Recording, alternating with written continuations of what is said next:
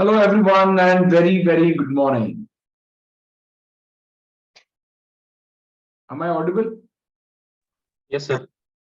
Very good morning. Kedar, Chirag, Amit. Yes, Vishwajit. Very good morning. Kedar, I think you were there. I saw you. Let's start with December 2021 question. This is the P&L related question, which has been asked in a recent past. So after that, only June 2022 happened. So P&L questions are relatively easier. P&L questions are relatively easier than the balance sheet. I mean, those are little shorter ones. There are different there are different types of complexities which may arise as a part of P&L question, which are different from the balance sheet one. Balance sheet, you may have to provide two effects for the adjustment, each adjustment. Balance sheet, after posting, whatever you read, you have to give two effects. Balance sheet tallies generally. If you are giving correct effects, there is no such kind of a structured way in a P&L. You just have to prepare P&L. There is nothing like you have to always give two effects. Some adjustment will have two effects, some will have single effect, because one effect will be in the balance sheet. So, and P&L question doesn't have any corroborative evidence for us whether it tallies or not. So kind of little simpler, that you don't know whether you are right or wrong. In balance sheet, if balance sheet doesn't tally, then the thing keeps lingering on your mind that you have gone wrong somewhere, which is not the case in P&L question. So P&L question kind of, I would say, doesn't give satisfaction, but doesn't give dissatisfaction also. So if balance sheet question tallies, it gives you a satisfaction, but it doesn't tally, then it gives you a dissatisfaction. And there is a thing which remains on your mind. It doesn't happen with the P&L as such. Let's read about this P&L question. This first para, it's with respect to what are the different types of exhibits which are given. So these are the exhibits. Question starts here. Financial statements extracts, statement of profit and loss and other comprehensive income of alpha and beta for the year ended 30th September 20x5.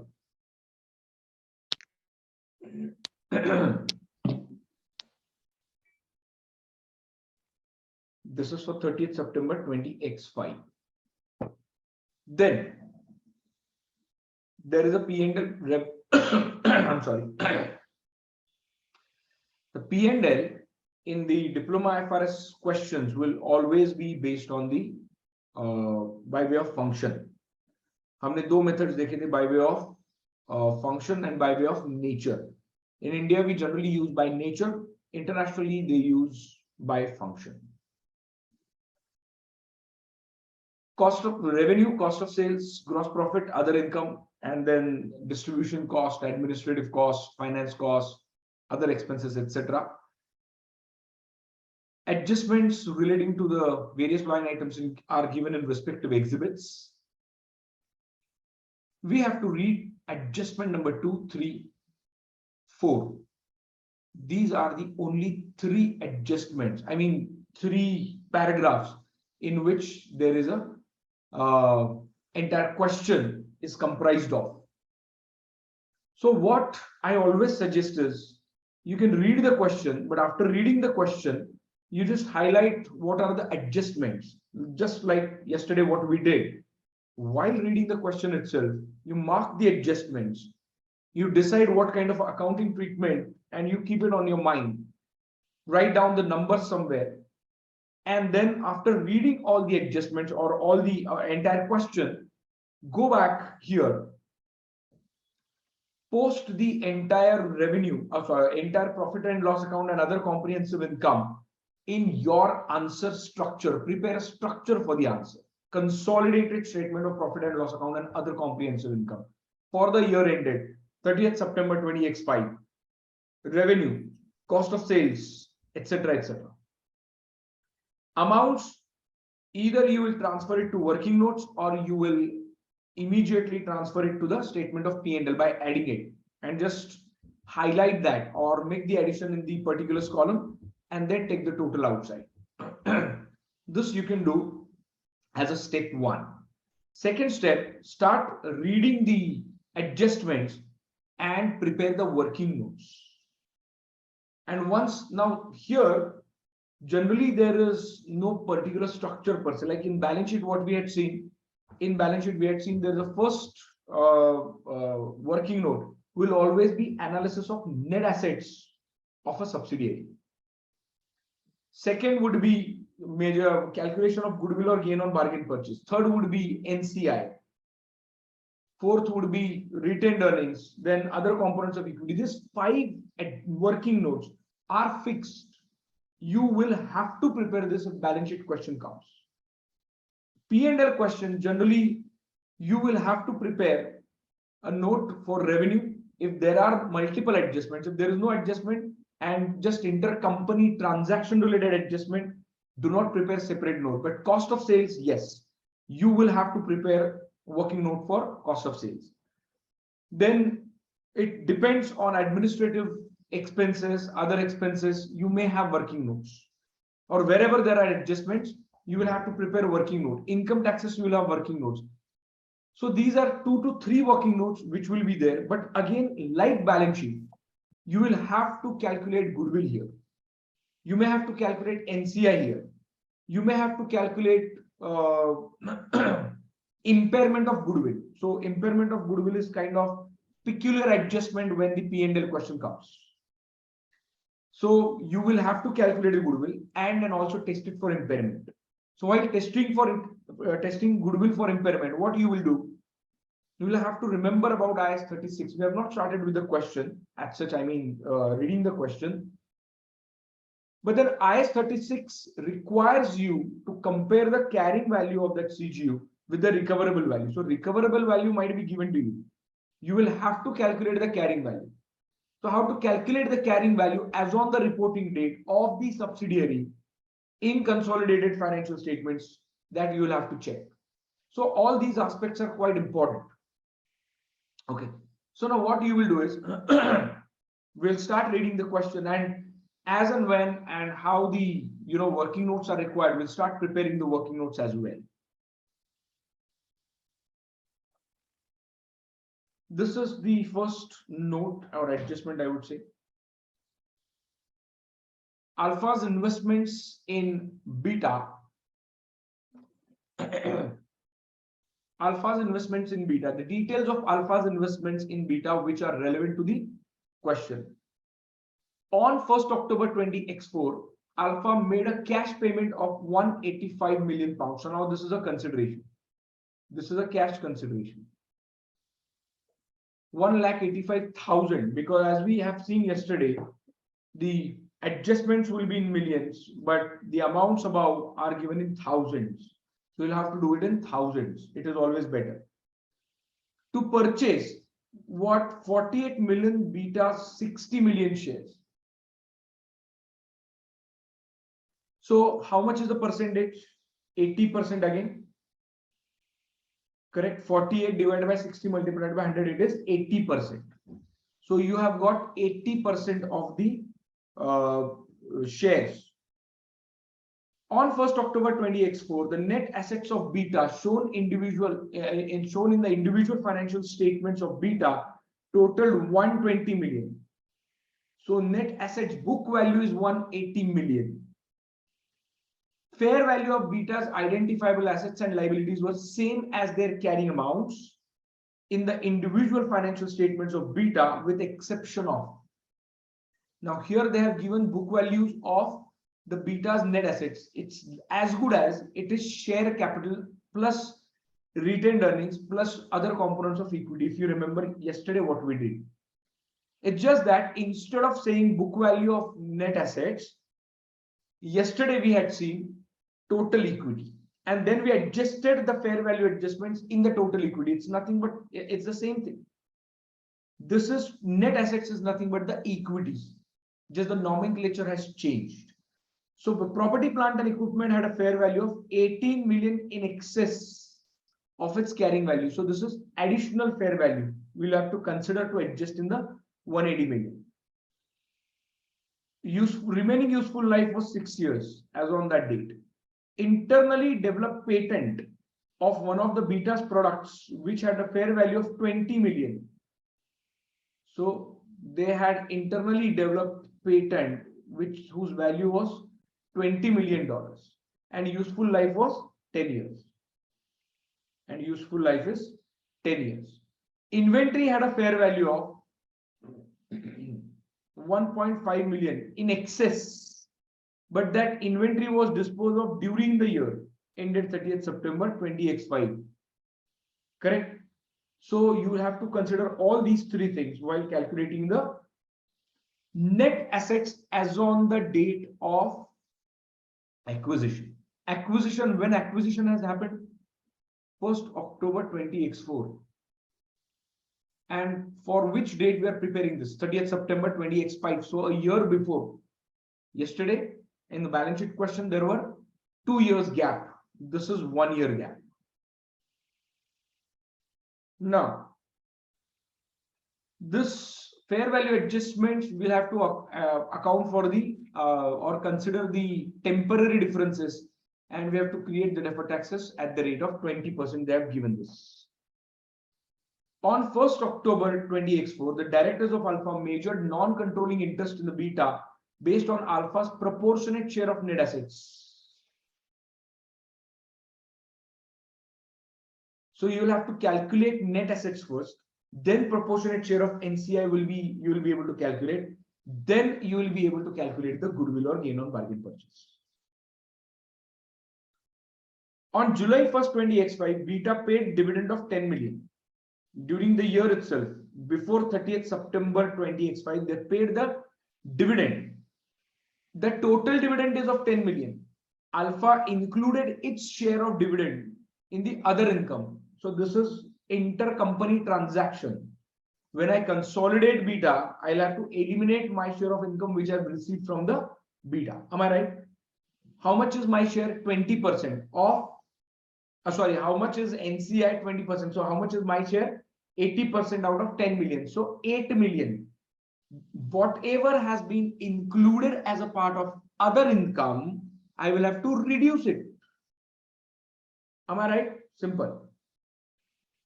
Then on 30th September 20x5, the directors of Alpha tested goodwill on acquisition of Beta for impairment. On 30th September, test goodwill for impairment.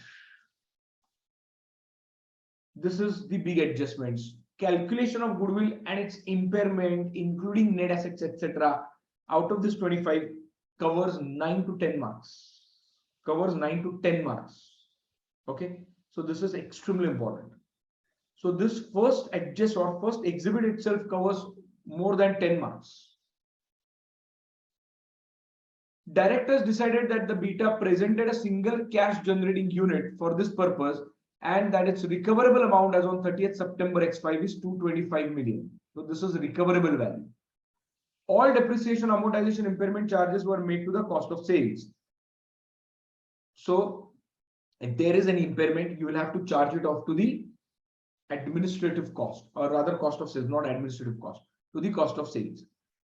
Since now this is second note, that is intra-group trading, details of intra-group trading. Since 1st October 20x4, Alpha has decided supplying Beta with a product X.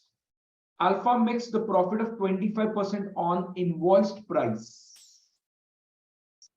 25% on the invoice price of this supplies. So who sold to who? Alpha sold to Beta. So it's a downstream. Okay.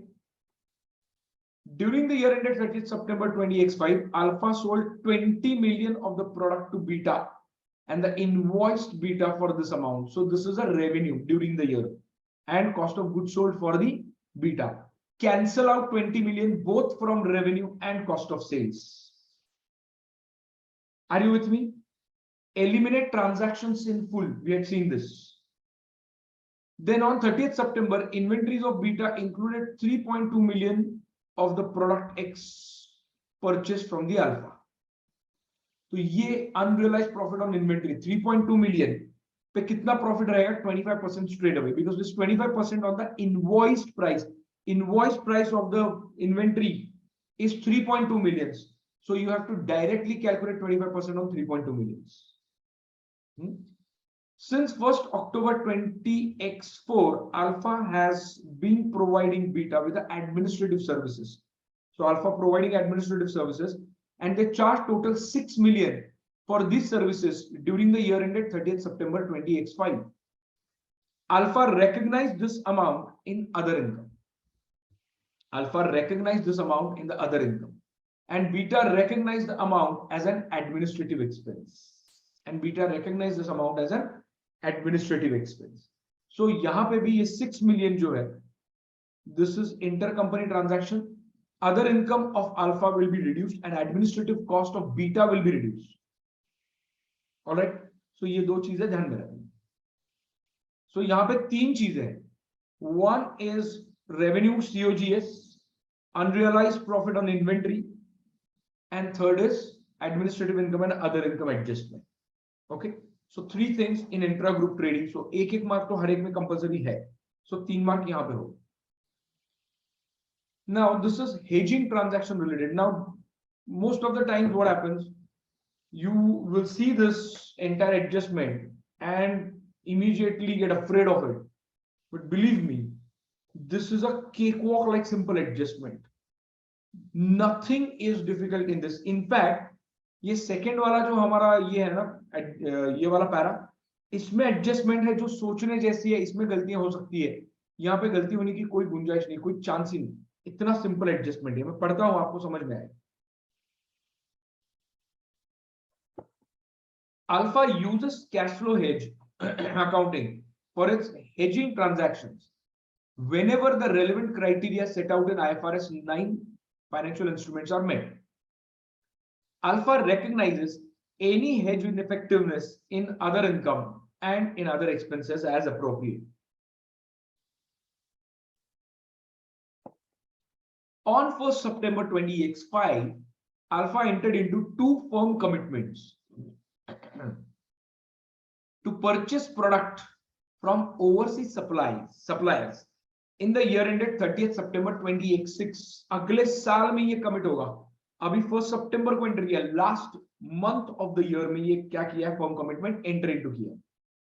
The first commitment was to purchase the product was for the delivery on 1st of November 20x5. That is contract A. And the second delivery on 1st December. So ये दोनों firm commitment है. But at the same time, Alpha entered into 2 separate derivative contracts to hedge the currency risk associated with these firm commitments. Both these contracts meet the required IFRS 9 criteria to enable the hedge accounting to be used. The financial statements of Alpha for the 30th September 20x5 include 18 million relating to the cash flow hedges. Am I audible to everyone? Yes. Sir कुछ seconds के लिए freeze हो गया था. हाँ, okay. कहाँ पे freeze हो गया था? ये वाला पैरा चालू है ना, वहाँ से 2 separate derivative contracts.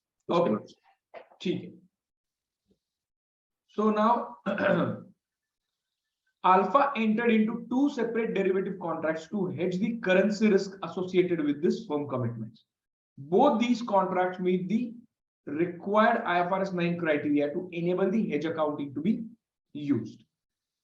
Financial statements of Alpha for the year ended 30th September 20x5 include 18 million. अब ये कहां पे है देखिए, यहां पे है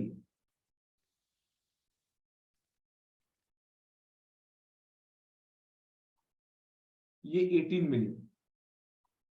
ये कौन से है? ये देखेंगे 18 million relating to other cash flow hedges but do not contain any amounts in respect of either the fair value of the firm commitments or the fair value of the hedging derivatives for the contract A or B. You are given the following details concerning the fair values on 30th September 20x5. अब firm commitment क्या balance sheet में आएगी first of all, या मेरे P&L में आएगी firm commitment या उससे रिलेटेड गेन्स और लॉस? नहीं आएंगे. That is an of balance sheet line item unless and until you designate this for fair value hedge accounting, तब तक ये बैलेंस शीट में नहीं आएंगे. ये कैश फ्लो हेज के लिए है. तो कैश फ्लो हेज के लिए जो है फर्म कमिटमेंट या फ्यूचर कमिटमेंट जो है ये मेरे बुक्स में कभी नहीं आए. It will not be in my financial statements at all. Then what do I need to do? Derivative contracts. अब derivative contracts will be on financial statement and उसका 30th September को fair value gains and losses P&L में जाना चाहिए ideally, correct? If you are not using hedge accounting, but if you are using hedge accounting, then accounting treatment is आपका effective portion of cash flow hedge that will be parked in other comprehensive income. Do you remember this? Hedge accounting related छोटा सा है ये concept. तो यहां पे ये आपको अकाउंट फॉर करना पड़ेगा. If they have given the information that we are following all the conditions mentioned in the IFRS 9 with respect to hedge accounting, we will be able to classify these gains and losses in the other comprehensive income, but only to the extent it is effective. Now, what is effective and what is not effective? How will you understand from this, or how will you recognize from this? अब देखिए यहाँ पे दोनों की case में लिखा है derivative contract positive fair value as at 30th September 20x5. मतलब डेरिवेटिव एसेट रहेगा हमारा एक positive fair value. Accounting entry क्या रहेगी इसमें? Ideally without hedge accounting, derivative asset account debit to profit and loss account 5,600 and 5,800 for contract B. दोनों में asset है. Positive fair value on 30th September. Contract enter into कब किया है? 1st September, correct. तो उसके बाद में ये पॉजिटिव फेयर वैल्यू, इन्होंने कभी फेयर वैल्यू वाला ऑप्शन लिया ही नहीं. फेयर वैल्यू ऑप्शन वाला मतलब अकाउंटिंग मिसमैच एट इंसेप्शन, वो वाला ऑप्शन इन्होंने कभी नहीं लिया. Correct? Are you with me everyone? तो इन्हें हेज अकाउंटिंग करना पड़ेगा. They are saying that they are following all and complying with all the conditions mentioned in IFRS 9 with respect to hedge accounting. तो ये conditions अगर satisfy हो चुकी है तो मैं इसे hedge account कर सकता हूं. तो इसका मतलब यहां पे ये है कि ये जो 5,600 है, it can be accounted for in other comprehensive income to the extent it is considered as effective. तो effective का मतलब क्या है? देखिए, effective का मतलब है to what extent there is a fair value change in a future commitment or firm commitment. firm commitment का similarly अगर ये बैलेंस अभी increase in future commitment का मतलब ये purchase वाला है ना, am I right? This is to purchase something. Are you with me? Vishwajeet, Kedar, ये जो है ना, ये फेयर वैल्यू में इंक्रीज है, मतलब वहां पे लॉस है, मेरा कैश आउटफ्लो बढ़ेगा. बात समझ में आ रही है? तो ये कैश आउटफ्लो कितने से बढ़ेगा? 5,500 से. बट मेरा डेरिवेटिव कॉन्ट्रैक्ट में करेंसी की वजह से, करेंसी डेरिवेटिव की वजह से मेरा गेन कितने का होगा? 500-600 का. बट इफेक्टिव मतलब जितना गेन और लॉस मेरा अंडरलाइन पे है उतना ही ऑपोजिट डायरेक्शन पे गेन और लॉस मेरा डेरिवेटिव पे होना चाहिए. तो to the extent of 5,500 it would have been effective. मतलब मेरा अगर ये मैं बुक में रहता फर्म कमिटमेंट तो 5,500 लॉस आता. So to the extent of 5,500 I will park it under other comprehensive income. Balance 100 as a gain is non effective. तो उसे मुझे कहां लेके जाना चाहिए? मुझे उसे लेके जाना चाहिए P&L में. तो ये एडिशनल गेन जो है डेरिवेटिव कॉन्ट्रैक्ट पे, तो वो मेरा कहां जाता है? P&L में जाता है. दूसरा कॉन्ट्रैक्ट देखिए, वहां पे 6000 लॉस है कॉन्ट्रैक्ट बी पे, बट डेरिवेटिव पे गेन कितना, 5800। इसका मतलब पूरा का पूरा इफेक्टिव ही है, मतलब लॉस 6000 का है अंडरलाइन पे, और यहाँ पे 5800 मुझे क्या है, गेन है। तो मतलब जितना भी गेन मैं ओसीआई में करूंगा उतना पूरा का पूरा इफेक्टिव ही है, इसलिए ये पूरा का पूरा इफेक्टिव है। तो इसका मतलब ये है, to the extent of fluctuations on underline, derivative contract's fair value will be considered to be effective. Anything, any gain or loss beyond this underline will be considered as non-effective. अब आप कहोगे 5800 से ये बियॉन्ड है, correct, तो ये ineffective क्यों नहीं, बट गेन और लॉस किसमें है, डेरिवेटिव का गेन है, करेक्ट, डेरिवेटिव का गेन है। डेरिवेटिव का गेन मैं अकाउंट फॉर कर रहा हूं, जो आगे आने वाले लॉस को कॉम्पेंसेट करने वाला है।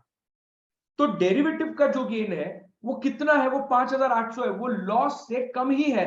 तो ये पूरा का पूरा जो गेन है वो मुझे इफेक्टिवली लगने वाला है टू नेट ऑफ और offset the losses in the underline contract और फर्म कमिटमेंट कॉन्ट्रैक्ट, इसलिए वो 5800 वाला मेरा पूरा का पूरा क्या है, इफेक्टिव है। ऑन द अदर हैंड 5600 का मेरा गेन है कॉन्ट्रैक्ट ए पे, डेरिवेटिव कॉन्ट्रैक्ट पे, अंडरलाइन कॉन्ट्रैक्ट जो है फर्म कमिटमेंट, उसके ऊपर 5500 का लॉस है, यहां पे गेन 5600 का है। तो इफेक्टिवली डेरिवेटिव का कितना गेन मुझे सफिशिएंट है, 5500 तक ही सफिशिएंट है, बाकी का जो गेन है वो आपका जरूरी नहीं, आपको लगेगा ही नहीं ऑफसेट करने के लिए। तो इफेक्टिवली आपको कितना लगेगा, 5600 लगेगा, 5500 लगेगा to net off the loss of underline contract. So non-effective portion is 100 in contract A, contract B में कुछ भी non-effective नहीं है, ineffective नहीं है। Are you getting this point, everyone? Sangeeta?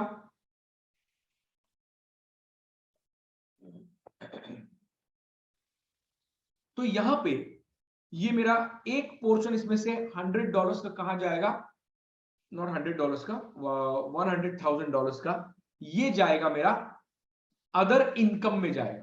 कहां जाएगा ये, अदर इनकम में जाएगा। और बाकी 5500 प्लस 5800 ये है, in together in totality derivative asset balance sheet में खड़ी रहेगी, बट उसका करस्पॉन्डिंग इंपैक्ट कहां आएगा, ओसीआई में आएगा, पीएनएल में नहीं आएगा।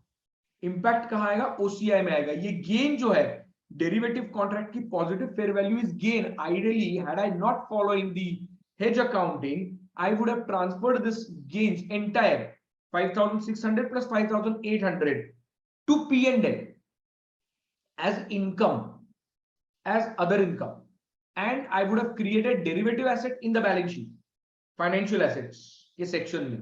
बट यहाँ पे बैलेंस शीट कर नहीं रहे तो डेरिवेटिव एसेट दिखेगी नहीं यहाँ पे। am I right everyone? डेरिवेटिव एसेट नहीं दिखेगी, बट उसका corresponding impact because they are following hedge accounting, ये कहां जाएगा, ये जाएगा मेरा अदर कॉम्प्रिहेंसिव इनकम में, कैश फ्लो में। बट कितना इफेक्टिव पोर्शन, तो पहले कॉन्ट्रैक्ट में 5500 is effective and second contract में 5800 is effective. Are you with me everyone?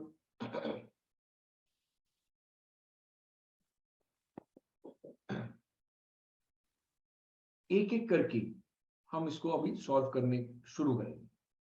सो हमने तीनों एडजस्टमेंट समझ लिए, कहां कहां पे क्या क्या करना है, ये समझ लिया, ये एलोबरेटली समझ लिया।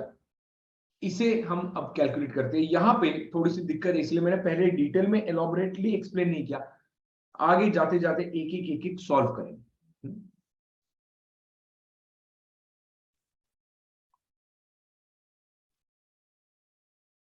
Okay,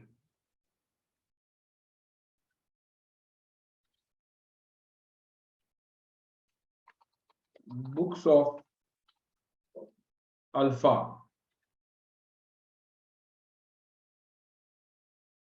consolidated statement of P&L and OCI for the year ended 30th September 20x5.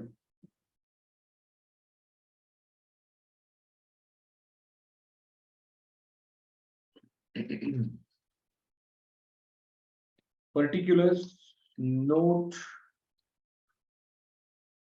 Amount ये लिखना जरूरी है।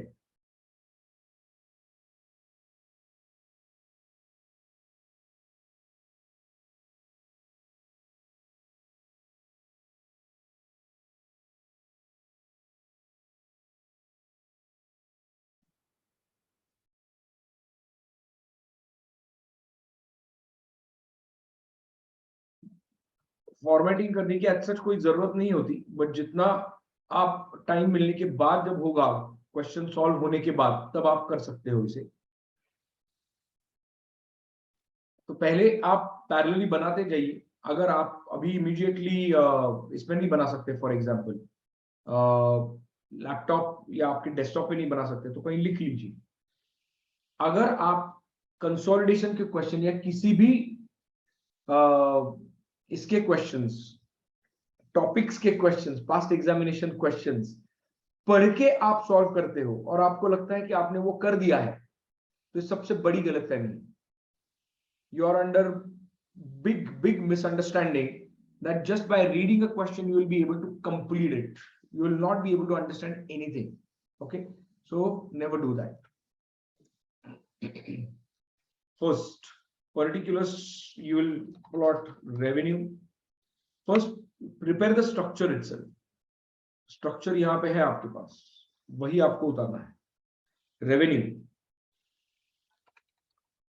less cost of sales,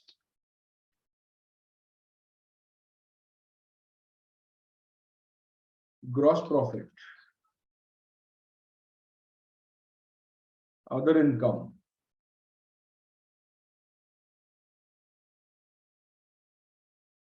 distribution costs,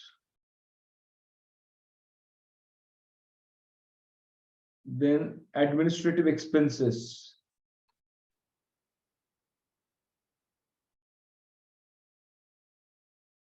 finance costs, other expenses, then profit before tax,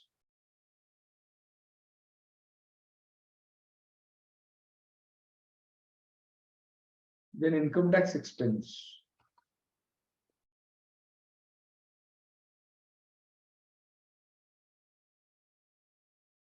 then profit for the year, profit for the year.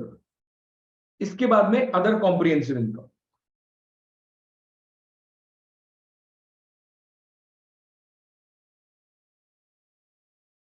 यहां पे लिखना पड़ेगा cash flow hedges कौन सी category में जाते हैं आपके। इफ यू रिमेंबर, यहाँ पे दो कैटेगरीज होती है ओसीआई में, ये यहाँ पे जानना बहुत जरूरी है।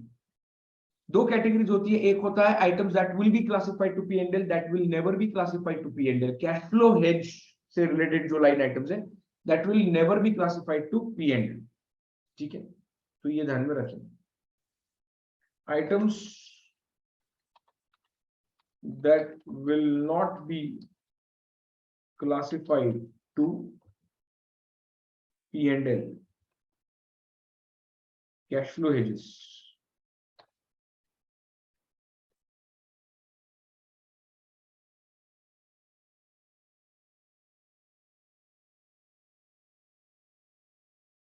इसके बाद में टोटल कॉम्प्रिहेंसिव इनकम।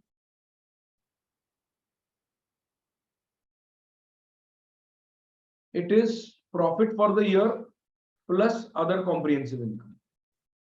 देन हमें ये बांटना पड़ेगा, ये one of the important adjustments है इन सीएफएस। ये आपके फॉर्मेट में नहीं रहेगी, but then you will have to mention it here separately. Profit for the year attributable to owners of parent, rather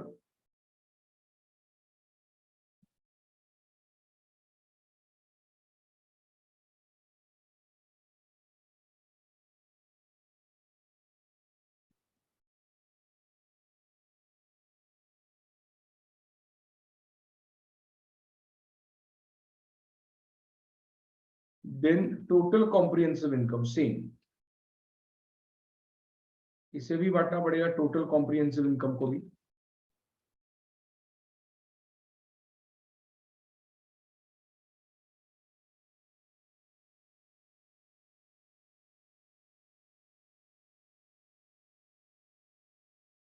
total comprehensive income for the year attributable to owners of parent and NCI. ठीक है, इसके बाद में हम working notes बनाएंगे, इसके बाद में हम वर्किंग नोट्स बनाएंगे।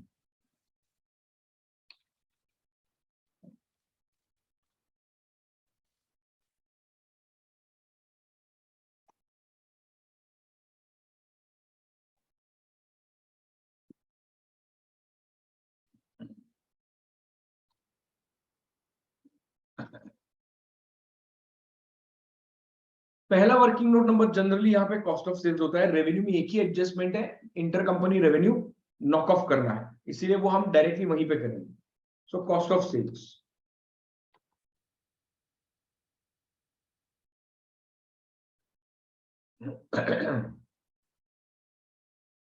अब धीरे धीरे एक एक करके बनाते जाएंगे जैसे जिसकी जरूरत पड़े वैसे। तो पहले हम काम करते हैं, पहले बैलेंस शीट सॉरी पहले जो पी एंड एल जो है इसकी एक एक अमाउंट हम यहाँ पे पोस्ट करते हैं। Revenue 290 plus 240,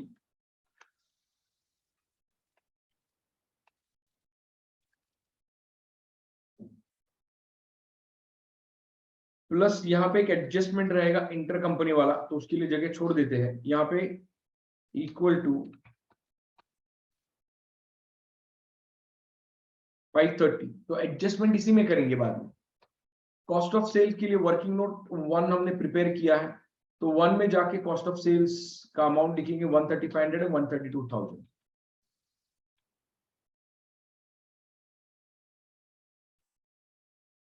alpha plus beta,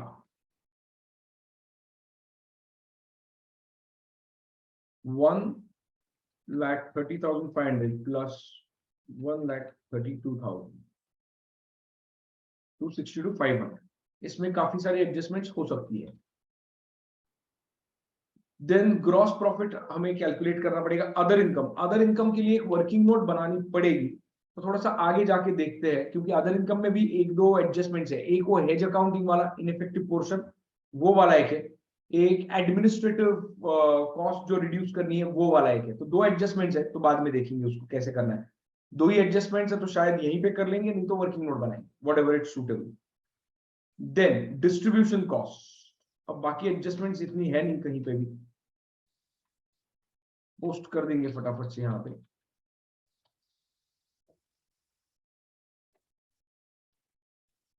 distribution cost 15,000 12,000,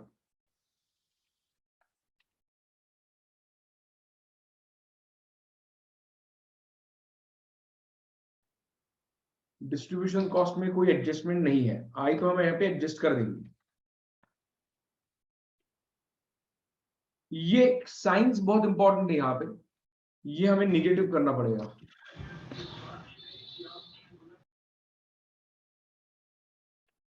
कोई सवाल किसी को?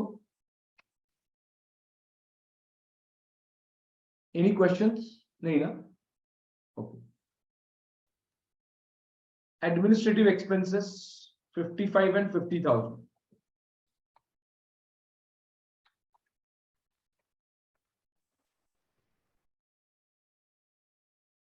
इसमें एडजस्टमेंट है सर एडमिन में।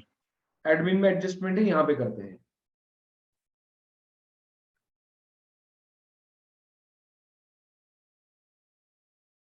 इधर जगह छोड़ देंगे, जब एडजस्टमेंट आएगी यहीं पे एडजस्ट करेंगे। एक ही एडजस्टमेंट है एडमिनिस्ट्रेशन में, जो 6 मिलियन एडमिनिस्ट्रेटिव कॉस्ट बीटा ने जो बुक किया है उसको एडजस्ट करना है। देन एक second,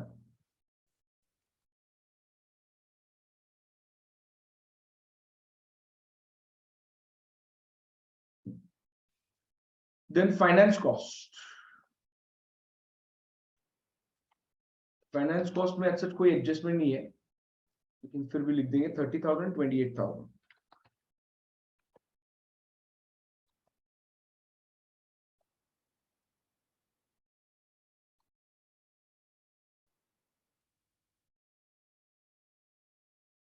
other expenses 1000। Other expenses देखेंगे एक ही है इसमें,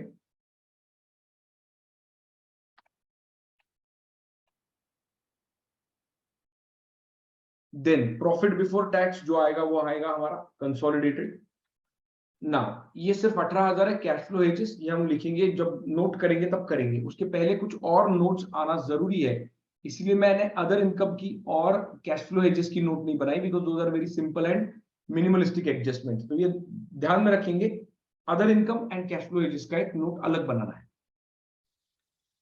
पढ़ना शुरू करते हैं। यहाँ पे alpha made a cash payment, पहली बात। अब यहाँ पे जो मुझे कैलकुलेट करना है, मतलब apart from cost of good sold में, यहाँ पे गुडविल का कैलकुलेशन पहले करूंगा, ठीक है। तो मेरा पहला जो नोट रहेगा, that I will prepare for calculation of goodwill. Cost of sales के लिए थोड़ी जगह छोड़ दीजिए।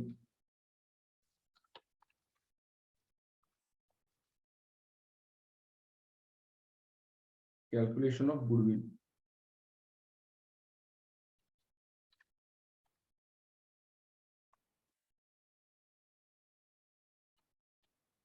consideration paid,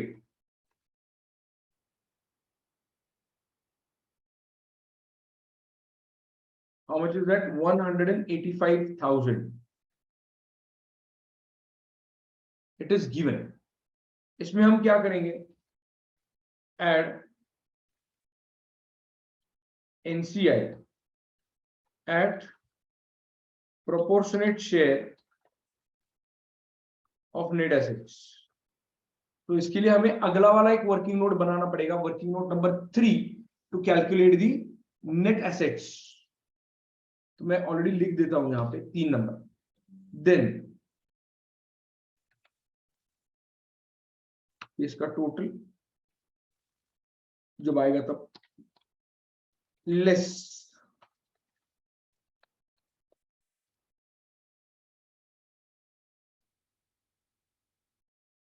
fair value of net assets. ये भी 3 पे ही कैलकुलेट होने वाला है, रादर इनफैक्ट ये इसका प्रोपोर्शनेट है, यहां नहीं लिखा तो भी चलेगा। यहां पे हम कैलकुलेट करेंगे, उसका प्रोपोर्शनेट शेयर यहां पे रहेगा, that is 20%।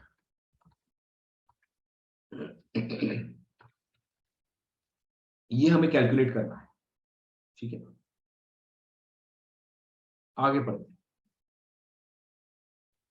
On 1st October 20x4 the net assets of Beta shown in individual financial statement। अब ये इसकी इंफॉर्मेशन है, how to calculate the net assets। Net assets of rather fair value of net assets,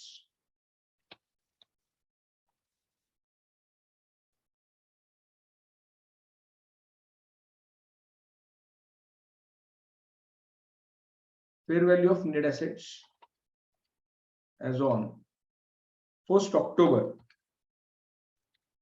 20x4।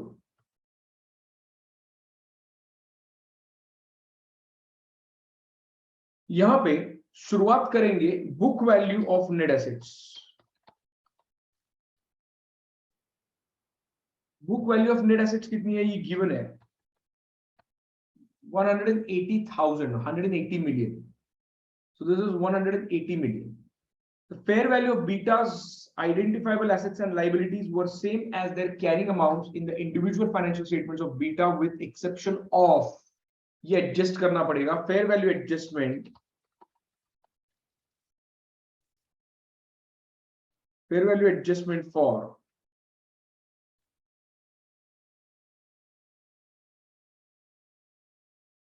कुछ ऐसे spellings गलत है तो कोई प्रॉब्लम नहीं है, ये ACCA ने कंफर्म किया है, स्पेलिंग्स के लिए मार्क नहीं कटेंगे, इंग्लिश के लिए मार्क नहीं कटेंगे।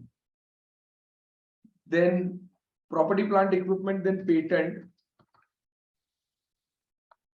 internally generated patent and inventory।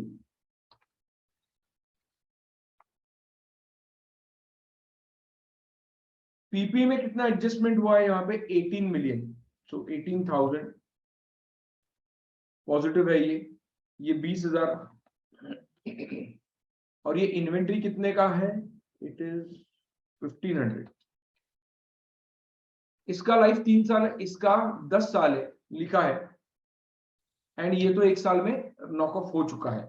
अब इन तीनों का deferred tax impact of above, क्योंकि ये कैलकुलेट करना है, नीचे लिखा है the fair valuation adjustment should be regarded as temporary difference for the purposes of computing deferred tax, relevant rate for income tax is 20%। Deferred tax impact on above, अब ये deferred tax impact लिखा है, actually क्या आना चाहिए, मतलब deferred tax liability या deferred tax asset? Deferred tax liability. Liability, correct. आपने वैसे नहीं लिखा तो भी चलेगा, उसका रीजन ये है कि ये पॉजिटिव अमाउंट है पूरा, ये पूरा पॉजिटिव अमाउंट है।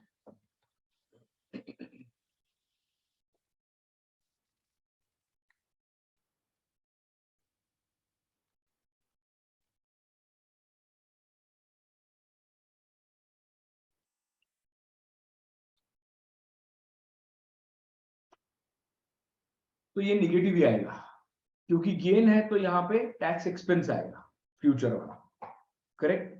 सो यहाँ पे ये आएगा 7,900।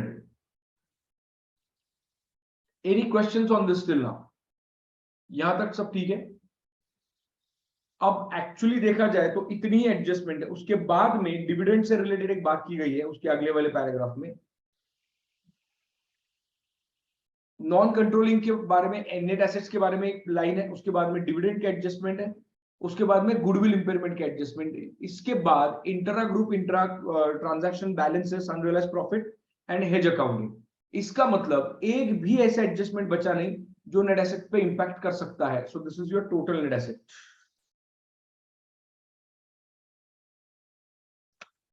This is your total net assets, that's it.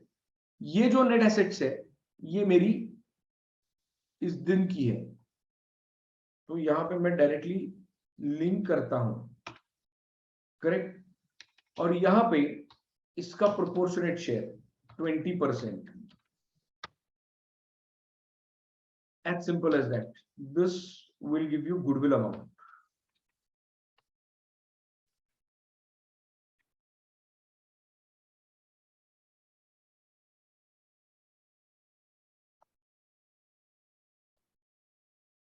Are you with me everyone?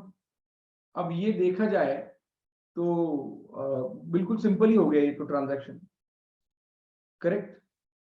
कोई सवाल यहां पे? तो हमारा जो एडजस्टमेंट था जो यहां तक का है वो पूरा हो गया। अभी भी एक चीज बाकी है, ये डिविडेंड वाला एक चीज हमें करना है, एंड सेकंड ये वाला एक करना है, गुडविल इंपेयरमेंट वाला, ठीक है।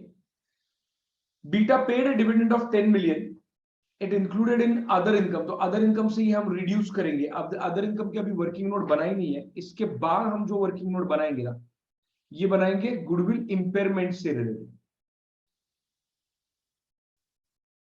ये बनाएंगे गुडविल इंपेयरमेंट से related. Number 4, impairment of goodwill. ये सिक्वेंशियली अगर जाए तो हमारे लिए अच्छा, इसलिए मैं अदर इनकम यहां नहीं बना रहा हूं। इसके बाद एक्चुअली गुडविल इंपेयरमेंट कैलकुलेट करने के लिए हमें ये भी चाहिए net assets as on the reporting date. हमारे पास जो है net assets as on the acquisition date है, उसके बाद net assets as on reporting date भी चाहिए जिसकी फेयर वैल्यू, क्योंकि वही वो उसकी नेट एसेट्स है, मतलब वही उसकी कैरिंग वैल्यू। ये कैरिंग वैल्यू मैं रिकवरेबल वैल्यू से कंपेयर करता हूं आफ्टर एडिंग गुडविल। तो ये जो बात है इसके लिए मुझे और एक वर्किंग नोट लगने वाली है। गुडविल इंपेयरमेंट के लिए कुछ चीजें, कुछ लाइंस छोड़ दीजिए।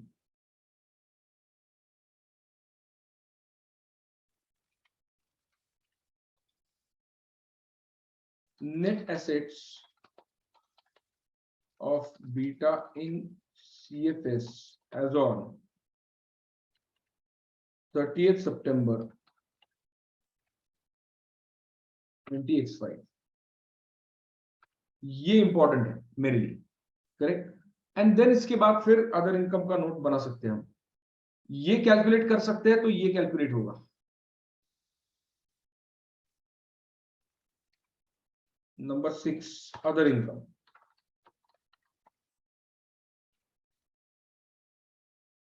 अदर इनकम अगर देखा जाए तो कितना है यहाँ पे,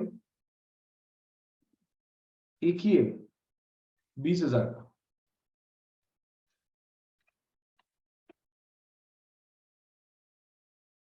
इसमें less share of dividend received from Beta, 10,000 multiplied by 80%, इसको रिड्यूस करना है। ठीक है, इसको रिड्यूस करना है।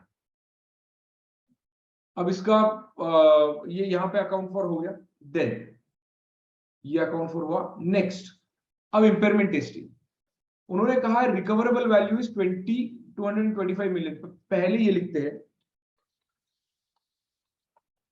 Carrying amount of CGU of Beta, that is net assets as on 30th September 20x5। ये अगला ऊपर वाला जो वर्किंग नोट है, सॉरी ये मुझे यहां नहीं लिखना था, सॉरी यहां लिखना है। ये मैं कैलकुलेट करूंगा 5 नंबर की वर्किंग नोट, यहां पे मुझे ये कैलकुलेट करना पड़ेगा। इसमें मैं ऐड करता हूं गुडविल, ऐड गुडविल। लेकिन ये जो गुडविल है, अब यहां पे, अब ध्यान से सुनिए सब लोग, 2 मिनट रुकिए बस, आप कुछ लिखिए मत, 2 मिनट बस यहां पे देखिए। मैं बस लिखता हूं यहां पे क्रॉसिंग अप। गुडविल जो हमने कैलकुलेट किया है यहां पे, गुडविल जो हमने कैलकुलेट किया है, इट इज 15,720। बट कौन सा मेथडोलॉजी यूज किया है? Proportionate share of net asset, which is a partial goodwill method. Am I right? ये गुडविल जो इसमें इंक्लूड हुआ है, it is only to the extent of parent share. NCI का गुडविल इसमें हुआ ही नहीं है। तो गुडविल को मुझे ग्रॉसअप करना पड़ेगा। ग्रॉसअप करने के लिए, क्योंकि पूरी गुडविल का टेस्टिंग हो रहा है, इसीलिए जो कितना है गुडविल, 15,720 डिवाइडेड बाय 80% अगर करते हो आप, तो आपको ये मिल जाएगा total goodwill. So let's say is equal to 15,720 divided by 80%, 9,650 is the grossed up goodwill. Had I considered this NCI at its fair value, probably my total goodwill at a full goodwill method, the amount would have been 19,650. Correct? So I need to consider goodwill at full amount before I test it for impairment. All right? Now, इसको मैं क्या करता हूं? Of course, I will compare it with this.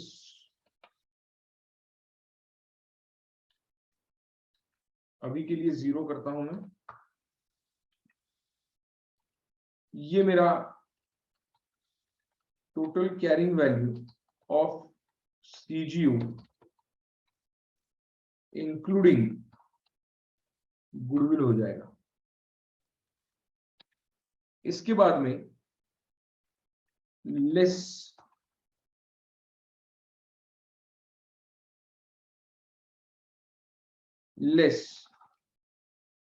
Recoverable value, recoverable value दी हुई है हमारे पास 225,000। Correct?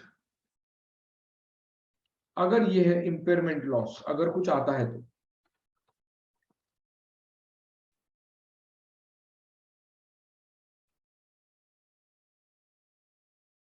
अभी इसका कोई मतलब नहीं है, unless and until we calculate the carrying amount. ये कैरिंग अमाउंट जब तक कैलकुलेट नहीं करेंगे, तब तक ये अमाउंट नहीं आएगा।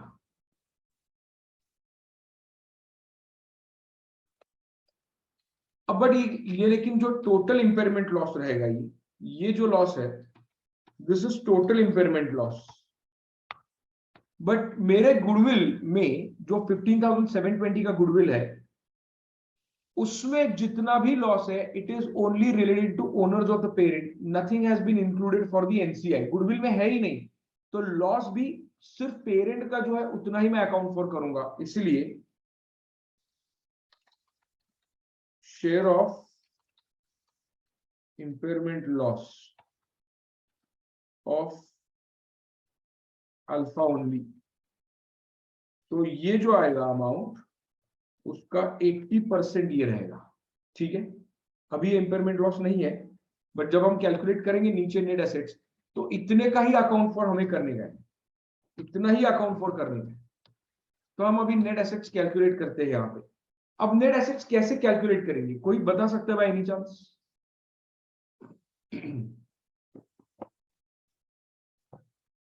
कोई idea? Net assets are on reporting date. Sir question repeat करेंगे एक बार फिर। नेट एसेट्स आप कैसे कैलकुलेट करेंगे as on the reporting date, मतलब आप CGU beta as a CGU की वैल्यू कैसे निकालोगे जिसका आप रिकवरेबल वैल्यू से कंपैरिजन करोगे। इंपेयरमेंट का प्रिंसिपल पता है आपको, कैरिंग वैल्यू दिया है वो आपको कैलकुलेट करना ही नहीं है, आप सॉरी रिकवरेबल वैल्यू दिया है वो आपको कैलकुलेट करना नहीं है, आपको कैरिंग वैल्यू कैलकुलेट करना है। यहाँ पे how would you calculate in this case? Sir 1 साल का डिप्रिसिएशन का इफेक्ट देना पड़ेगा। किस अमाउंट में? जो ओपनिंग हमने 1 अक्टूबर का, नहीं वो फेयर वैल्यू था। मतलब ये 2,11,600 में? नहीं ये फेयर वैल्यू है, जो बुक वैल्यू अब आप नेगेटिव वाला। कंसोलिडेटेड फाइनेंशियल स्टेटमेंट में जो गुडविल आया है उसका रीजन ही ये फेयर वैल्यू है, तो फेयर वैल्यू आपने कंसिडर किया ना गुडविल कैलकुलेट करते वक्त, तो ये नेट एसेट्स में ये क्यों नहीं कैलकुलेट करोगे? इसीलिए मैंने यहां पे लिखा है net assets of beta in CFS. am I right? सुनाई दिया मैंने क्या बोला? थोड़ा सा रुक गया था मेरे ख्याल से। सो ये मुझे कैलकुलेट करने के लिए मैं पहले करता हूं fair value of net assets as on 1 October 2024, जो हमारे पास कहां से आई है? 3 number working 3 number working note से स्ट्रेट अवे ये लेंगे हम, after considering the deferred tax impact etcetera. ये हमने कंसीडर किया गुडविल कैलकुलेशन के वक्त, am I right? इसमें आप क्या एडजस्ट करोगे? अभी ये 1 साल पहले किए, as you rightly said depreciation का इसमें इंपैक्ट कैलकुलेट करोगे, less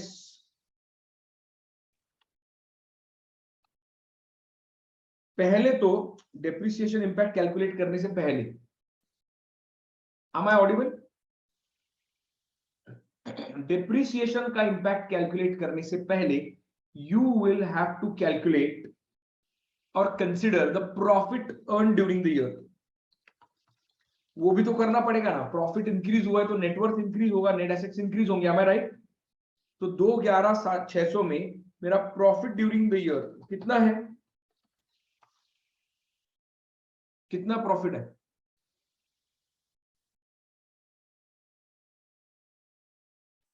Vishwajeet you are on mute.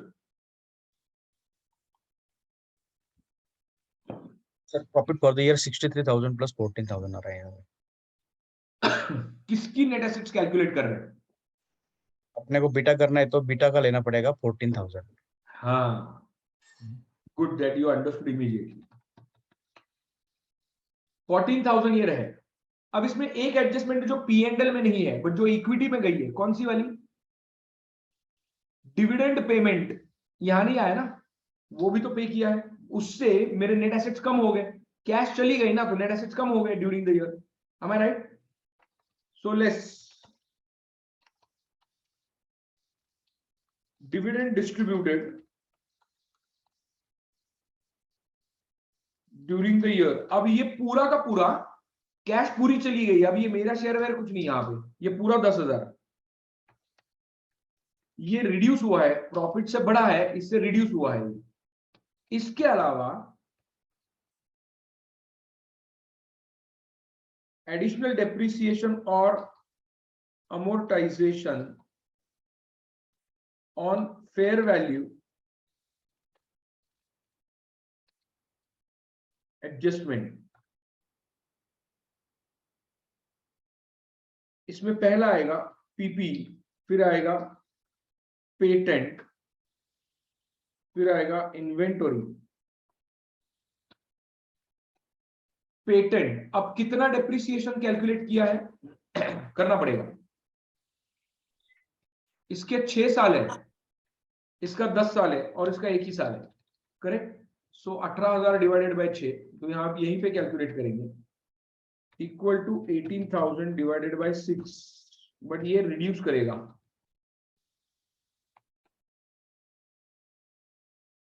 20,000 divided by 10, 2,000, और ये आएगा total 1,500 entirely.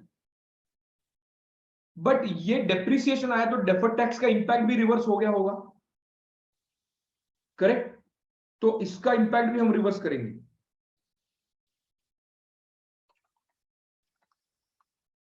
Deferred tax impact, अब ये reversal of deferred tax liability, earlier हमने लायबिलिटी क्रिएट की थी, उसको क्या किया, रिवर्स करेंगे हम।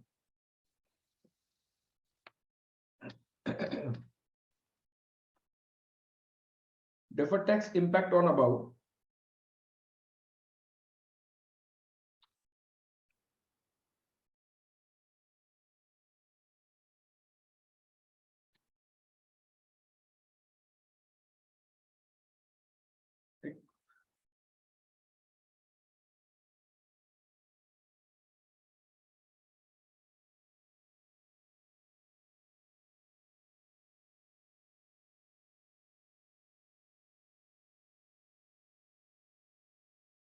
$1,300। अब ये 1,300 का इंपैक्ट मेरे कंसोलिडेटेड फाइनेंशियल स्टेटमेंट का इनकम टैक्स का जो लाइन आइटम है वहां पे भी जाएगा, ये रिवर्सल हुआ ना। तो अभी इनकम टैक्स का लाइन आइटम अगर हम देखें हमारे यहाँ पे क्वेश्चन में, तो ये कितना है, किधर गया, इनकम टैक्स एक्सपेंस 15 + 4 19,000 है, एक्सपेंस है, ये टोटल इनकम टैक्स है, current tax plus deferred tax. तो ये डेफर्ड टैक्स का रिवर्सल आएगा यहाँ पे 1,300 का, 15 + 4 में ये रिवर्सल भी आएगा। ये जो डेप्रिसिएशन प्रोवाइड किया है ये कहां जाना चाहिए, कॉस्ट ऑफ सेल्स में भी जाना चाहिए, क्योंकि अभी P&L है, हम नेटवर्थ बना रहे हैं, ये क्या कर रहे हैं, नेट एसेट्स कैलकुलेट कर रहे हैं ना। तो ये एक्चुअली हम कहीं पे इंपैक्ट नहीं दे रहे एसेट्स, हम फाइनेंशियल स्टेटमेंट्स में अभी इसका इंपैक्ट नहीं दे रहे, हमने कैलकुलेट किया है, बट इसका पहला इंपैक्ट आएगा P&L में आएगा। P&L में किसके, कॉस्ट ऑफ सेल्स में, cost of sales less depreciation on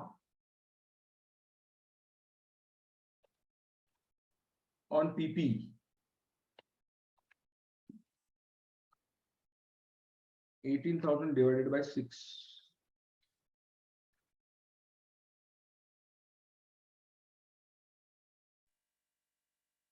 यहां पे जो साइन है वो निगेटिव नहीं रहेगी, because it is anyways as a cost, तो ये कॉस्ट ही उसमें ऐड हो रहा है, यहाँ पे निगेटिव नहीं करेंगे। So you have to be absolutely mindful about the cost, okay, science, sorry. यहाँ पे पेटेंट्स का 10 साल, और यहाँ पे इन्वेंट्री टोटल 1,500।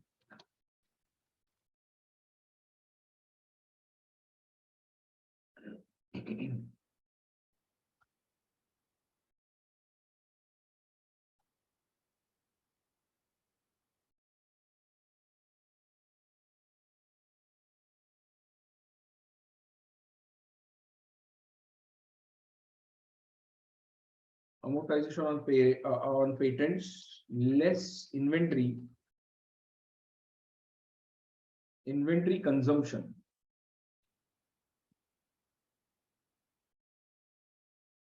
ये मेरा कॉस्ट क्या हुआ, इतने से बढ़ गया, ठीक है। तो ये यहां पे इसका एडजस्टमेंट हो गया। इनकम टैक्स भी करेंगे, income tax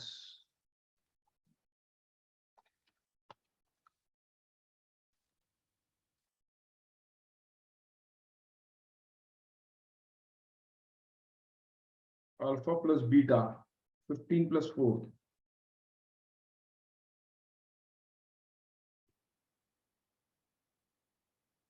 less reversal of DTL due to additional depreciation.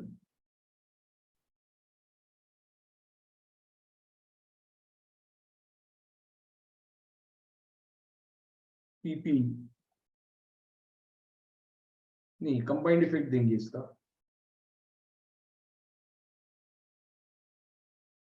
Directly यहां से एक्सपेंस कम हुआ है इसीलिए निगेटिव। इसके अलावा इसमें अगर कुछ एडजस्टमेंट है तो आगे देखेंगे। ये दो इंपैक्ट यहां पे हो गए। अब बचा क्या, हमारा कैलकुलेशन ऑफ द नेटवर्थ। हाँ, ये यहां पे एडजस्टमेंट हो गया। इसके अलावा कोई एडजस्टमेंट है क्या नेट एसेट्स में? तो यहाँ पे कोई दूसरा एडजस्टमेंट नहीं है। Whatever we have to consider for calculating the net worth, we have considered it. इसका एक टोटल ले सकते हैं।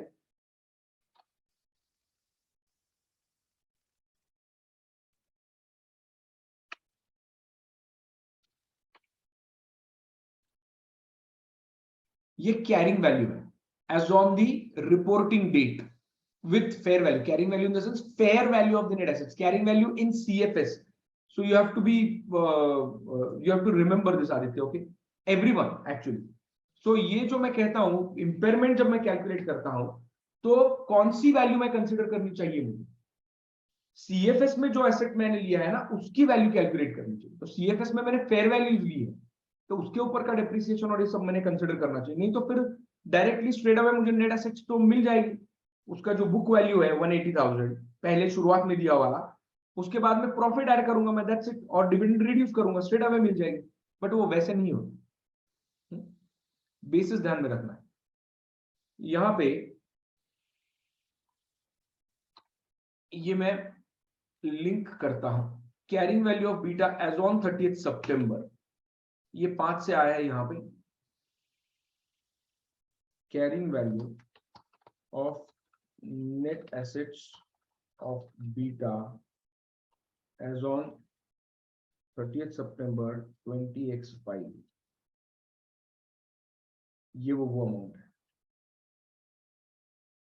तो ऑटोमेटिकली हमने लिंक करके रखा था। यहाँ पे मेरा इंपेयरमेंट लॉस कितना है टोटल 5050, बट उसमें से मेरा शेयर कितना है 4040। 4040 विल बी अकाउंटेड फॉर। ये कहां पे जाएगा? Cost of sales less impairment loss.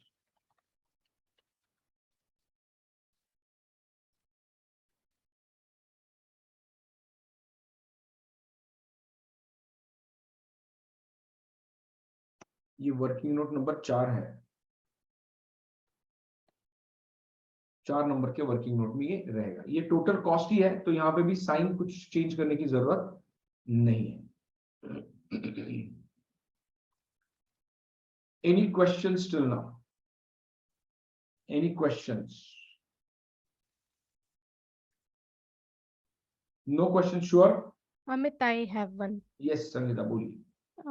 Just give me a minute. वो जो आपने गुडविल वाला बताया था ना, कौन सा? ग्रॉसिंग अप, हाँ, वो वाला एक बार बताइए ना प्लीज। हमने डिस्कशन किया था when we were doing consolidation कि जहां पे हम गुडविल एनसीआई कैलकुलेट करने के दो तरीके होते हैं। Yep. एक होता है फेयर वैल्यू और दूसरा होता है नेट एसेट्स का प्रोपोर्शनेट शेयर। दोनों अमाउंट में फर्क होता है। Fair value is like a market capitalisation, based on that you will calculate the NCI's fair value और एनसीआई's शेयर।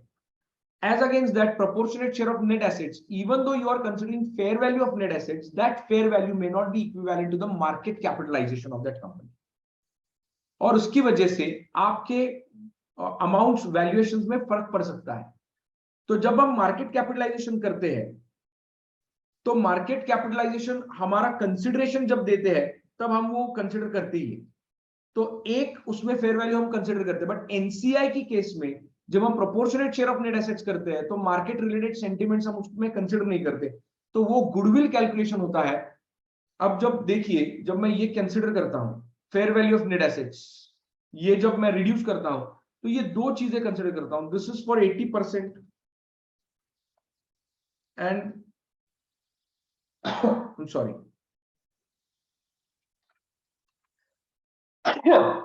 I'm sorry. ये 20% के लिए, ये जो 20% का शेयर मैंने कैलकुलेट किया है, ये proportionate share of net assets है और ये मार्केट कैप के बेसिस पे है। जनरली ये वही रहता है जनरली। तो मार्केट सेंटिमेंट्स इसमें इंक्लूडेड है, इसमें इंक्लूडेड नहीं है। तो जो गुडविल आता है ये फुल गुडविल नहीं होता, इसका गुडविल इसमें इंक्लूड नहीं होता। ओके अब क्या होता है, ये गुडविल जो है it is only with respect to the owners, not with respect to NCI. But जब मैं गुडविल इंपेयरमेंट के लिए टेस्टिंग करता हूं यहां पे, तो गुडविल मुझे सीजीयू में कैरिंग वैल्यू ऑफ गुडविल पूरी ऐड करनी पड़ती है, not just with respect to owners. नहीं तो ये टेस्टिंग ठीक तरह से नहीं होगा, इसीलिए उसको ग्रॉसअप करना पड़ता है। ओके तो उसको ग्रॉसअप करते हैं फॉर 100%। अब ये जाके पूरा पूरा सीजीयू का क्या हुआ, कैरिंग वैल्यू हुआ। अब जाके इसमें इंपेयरमेंट आएगा। अब देखिए फर्क क्या पड़ता है, ये अगर ग्रॉसअप नहीं करूं मैं, लॉस देखिए कितना आया। It is not full testing of goodwill. Goodwill को अगर पूरा पूरा टेस्टिंग करना है तो उसको ग्रॉसअप करना पड़ेगा इस सिचुएशन में।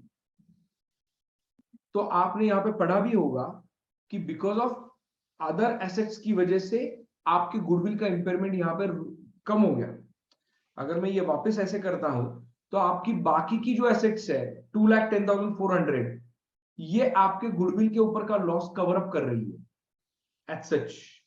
ये इसमें दिख रहा है, ये नहीं होना चाहिए। इसीलिए गुडविल क्या करेंगे, हम ग्रॉसअप करेंगे, गुडविल फुल वैल्यू पे लेके आएंगे एंड अकॉर्डिंगली गुडविल को राइट ऑफ करेंगे। अब ये गुडविल पूरा वाइप ऑफ नहीं हो रहा है। यहाँ बैलेंस शीट में गुडविल कितना दिखेगा, 15,720 माइनस 440। अब ये 19,000 भी नहीं, ये ग्रॉसअप वाला गुडविल है। मेरा गुडविल रिकॉग्नाइज बैलेंस शीट में कितना है, 15,720। इसमें से लॉस ये मेरा भी नहीं है, पूरा नहीं है लॉस, इसमें से कुछ लॉस एनसीआई का भी है, इसमें से 20%। मेरा 80% है, तो मैं 15,720 माइनस 4,040 पे क्या बैलेंस शीट में अगर दिखाना है तो उतना ही मैं इसमें से रिड्यूस करता हूं।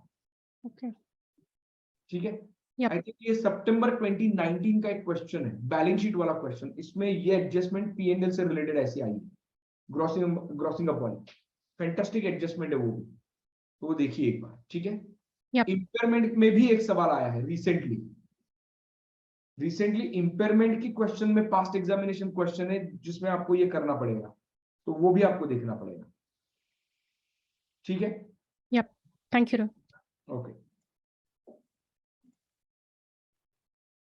अब आगे वाले एडजस्टमेंट में जाते हैं। वैसे तो एडजस्टमेंट ये वाला मैंने पूरा देख लिया, इंपेयरमेंट देख लिया, डिविडेंड का देख लिया, ये वाला देख लिया, ये तो वैसे भी कंसिडर कर लिया हमने while calculating NCI, net assets etc. अब आते हैं सेकंड पे। तो मेजॉरिटी टाइम हमारा कहां पे गया, फर्स्ट पैराग्राफ पे गया, फर्स्ट एग्जिबिट में गया, रादर सेकंड एग्जिबिट में। Intra group trading, details of intra group trading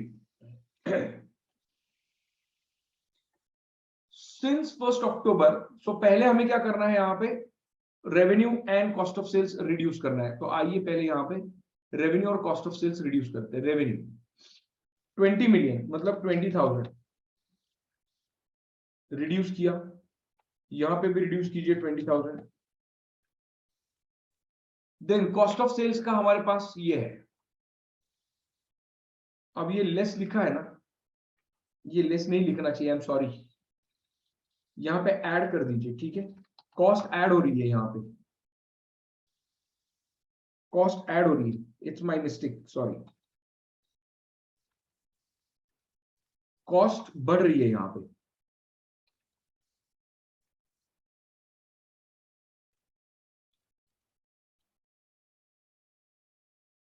यहां पे ये लेस होगा,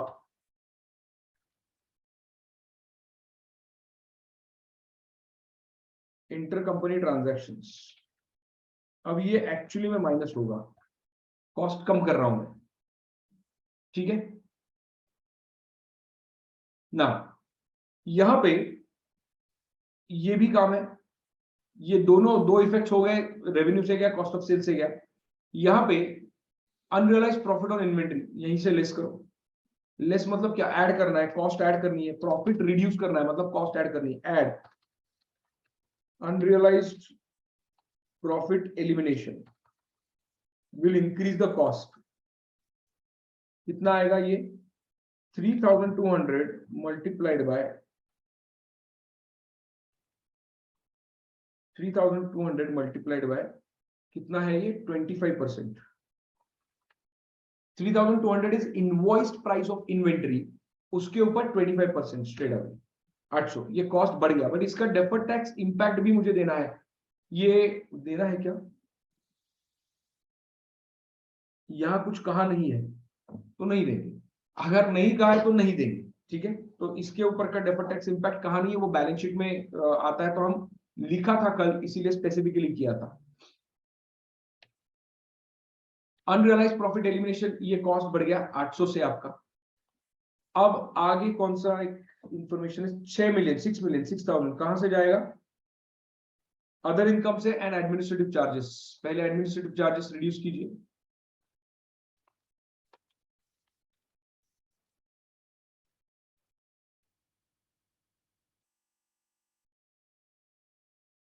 -6,000।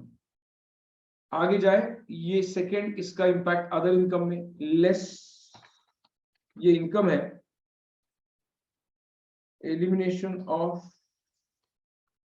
Inter company transaction.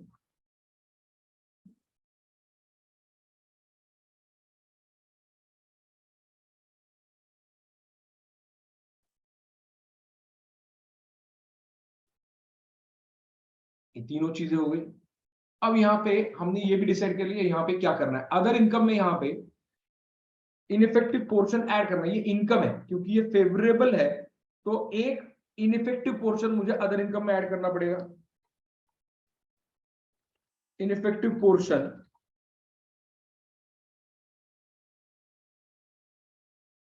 Of a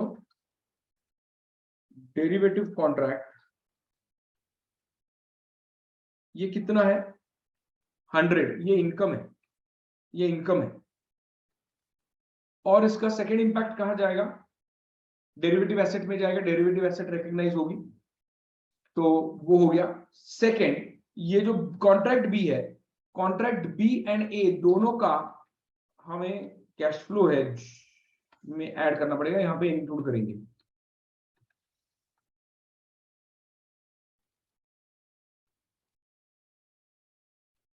cash flow hedge,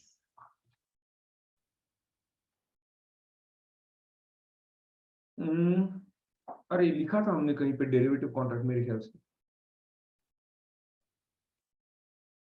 अच्छा लिखा ही नहीं, ठीक है।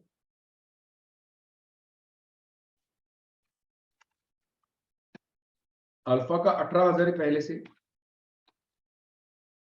So effective portion of cash flow hedge contract A 5,500 is effective portion. This is contract B. 5,800 is effective portion. Total amount is 29,300. ये हमने पहले ही decide करके रखा था कि इसके क्या क्या इफेक्ट्स होंगे। एक अदर इनकम में जाएगा which is an effective portion which is P&L, but जो इफेक्टिव है वो OCI में रहेगा।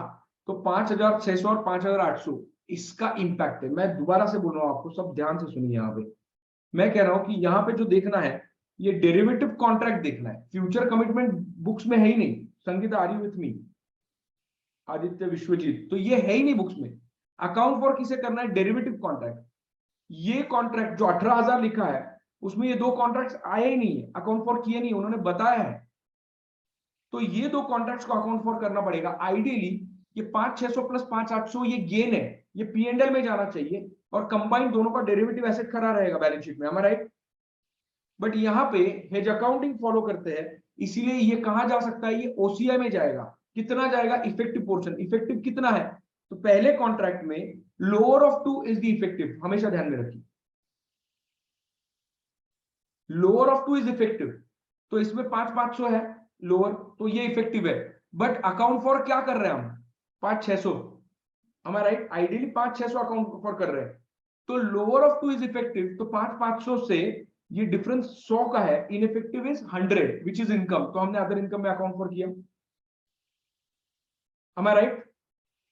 सेकेंड कॉन्ट्रैक्ट में lower of 2 is 5,800, account for 5,800 कर रहे हैं, तो पूरा का पूरा इफेक्टिव है, इसीलिए पूरा का पूरा ओसीआई में चला है। यहां पे कोई इनइफेक्टिव पोर्शन नहीं है। Are you getting this point everyone? Sangeeta, Kedar, Manish, Chirag? Yes sir. Okay.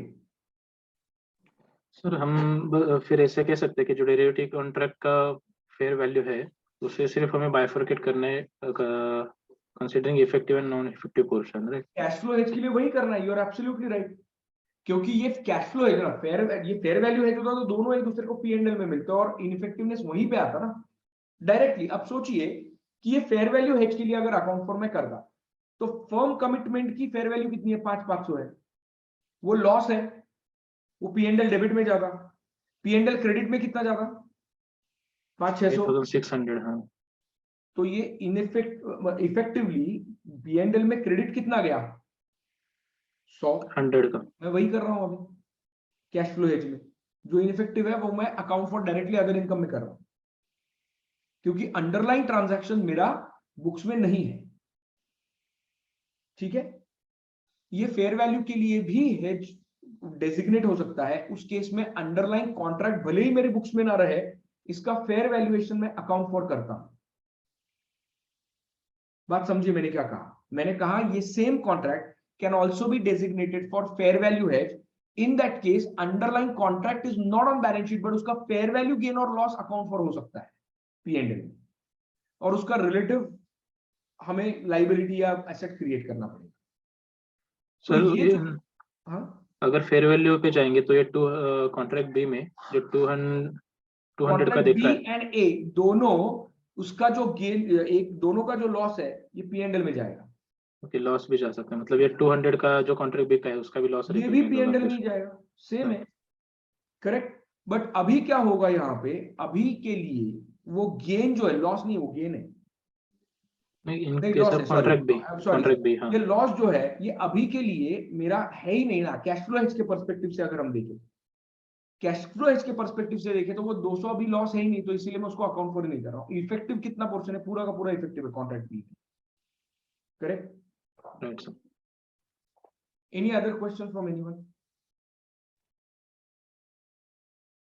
अभी हमारे पास ये पूरी की पूरी बात हो चुकी है, एक एक करके हम इसको क्या करेंगे, अकाउंट फॉर करेंगे। Give me moment.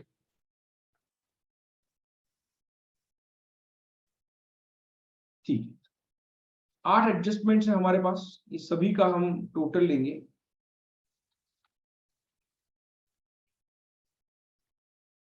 Other income, ये हो चुका है, ये हो चुका है, इसका अकाउंटिंग ये हो चुका है, ये हो गया, ये चेक करेंगे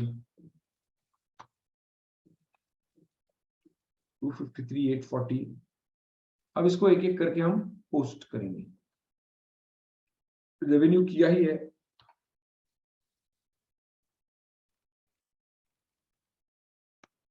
कॉस्ट ऑफ सेल्स यहाँ पे आया,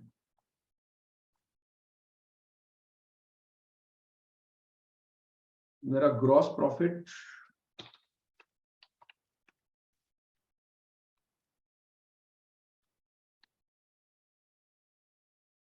$256,160। अब ये कहां से चेक करें कि ये सही है या नहीं, पता ही नहीं चल सकता वैसे देखा जाए तो। अभी हमारे पास अदर इनकम से रिलेटेड एक नोट है, उसका नोट नंबर अभी डाल देते 6, बाद में देखते वही है क्या, 6 ईयर 6 ही है, ओके।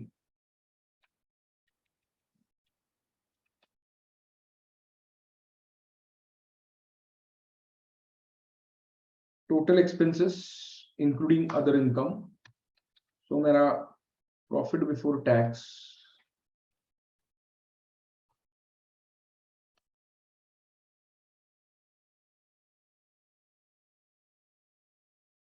$77 to $60.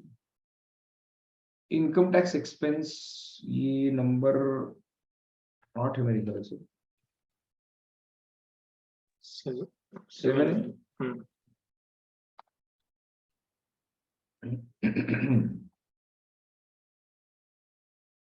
ये माइनस करेंगे इसको क्योंकि again this is expenditure profit for the year this plus this दोबारा से माइनस मत कीजिए नहीं तो वो ऐड हो जाएगा गलती से जैसे मैंने पहले किया था।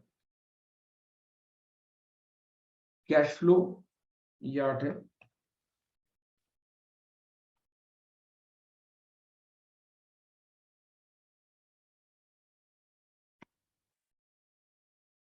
$29,300. Total comprehensive income is profit plus OCI 88,860.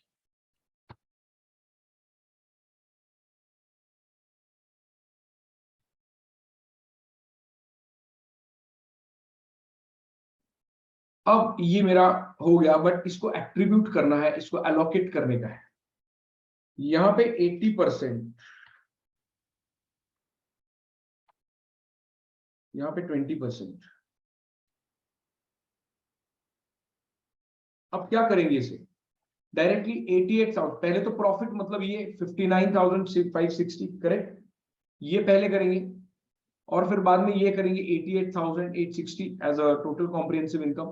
तो directly 59,560 multiplied by 80%, am I right?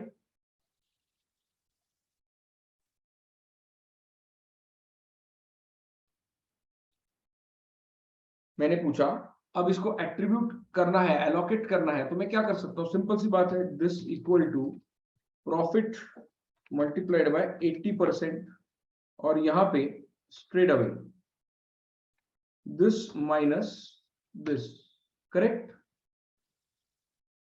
Everybody agrees to this?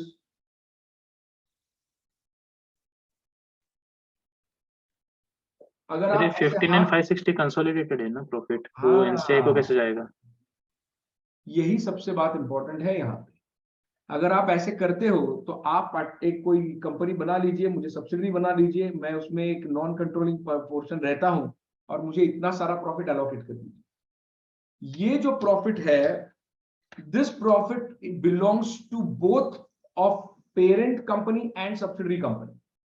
मैं एलोकेट जो कर रहा हूं एनसीआई को, एनसीआई मतलब क्या? Non controlling interest. वो कहां के है नॉन कंट्रोलिंग? सिर्फ बीटा के ना, तो आइडियली सिर्फ बीटा का प्रॉफिट उन्हें जाना चाहिए, अल्फा का प्रॉफिट उन्हें क्यों एलोकेट करूंगा मैं? Are you with me? Kedar, Vishwajit, Rohit? हाँ, तो यहां पे वो प्रॉफिट, मेरा अल्फा का प्रॉफिट उन्हें एलोकेट नहीं कर सकता, तो इसके लिए अलग से एक वर्किंग नोट बनानी पड़ेगी हमें। तो 9 profit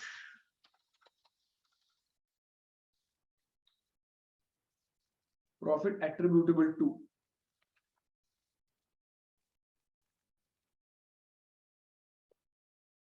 NCI.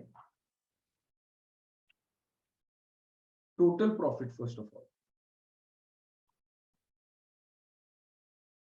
Total profit of beta, क्योंकि यही एलोकेट करना है। Total profit of beta is 14,000, ये एलोकेट करना है। अब जाइए आप यहाँ पे, आपको समझ में आएगा ये प्रॉफिट कितना है। 14,000 इज द प्रॉफिट, ये पहले एलोकेट करेंगे, फिर बाद में कॉम्प्रिहेंसिव इनकम में कैश फ्लो है, बट वो सब बीटा का है ही नहीं कुछ, तो सवाल ही नहीं आता एलोकेट करेगा, वो तो सबका सब पेरेंट का ही है। तो यहाँ पे इसमें से क्या रिड्यूस करेंगे या इसमें से कुछ एडजस्टमेंट करेंगे क्या? ये प्रॉफिट ऑफ बीटा जो है, इसमें मैंने ये प्रॉफिट में जो मेरे पास आया है, ये तो प्रॉफिट पूरा का पूरा आया, बट एडिशनली उसमें डिप्रिसिएशन चार्ज किया मैंने।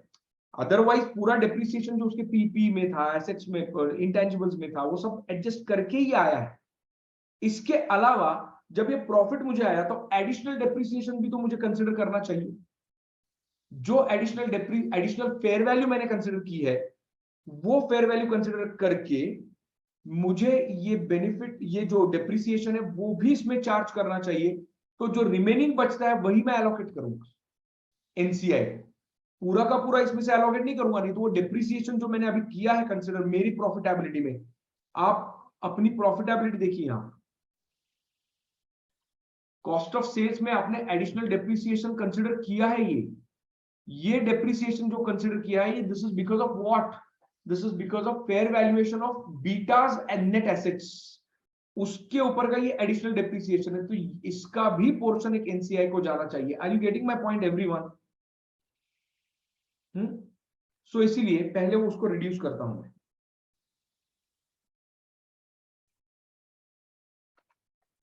लेस additional depreciation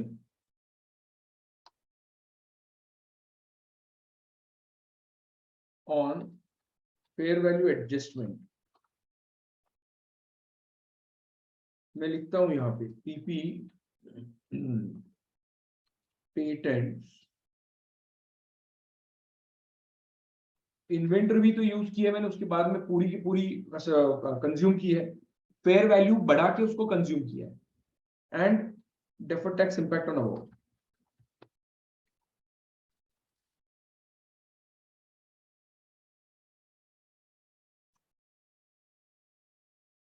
ये रिड्यूस करना है। ये मैंने ऊपर कैलकुलेट करके रखा है।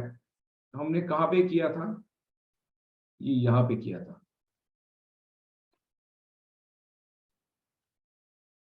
करेक्ट, 3000, 2000, 1500। और ये डेफर्ड टैक्स का भी कंसिडर कर लेते, ये भी हमने कंसिडर किया था। ये टोटल अभी हम कंसिडर करेंगे for allocation.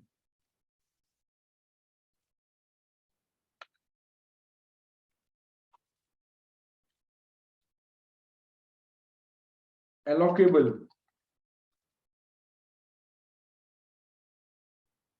profit of beta allocated to owners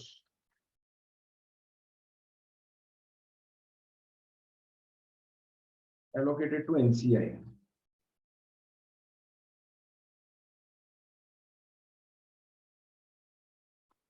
अभी एक्चुअली ऐसे करने की जरूरत नहीं है, ठीक है, नहीं डायरेक्टली 20% निकाल सकते हैं। हमें ये अमाउंट से इंपॉर्टेंट ये मतलब है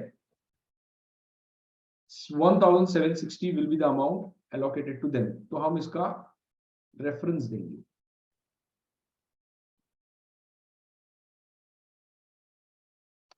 working note number 9 is equal to 1760। ये बैलेंसिंग फिगर रहेगा प्रॉफिट से 59,560 माइनस ये बिल्कुल सिंपल हो जाता है वैसे ही, क्योंकि वहां पे अदर कॉम्प्रिहेंसिव इनकम सब्सिडरी में कुछ भी नहीं है, बीटा में कुछ भी नहीं है। सो यहाँ पे इज इक्वल टू सेम ही आता है ये 9 वर्किंग नोट C126।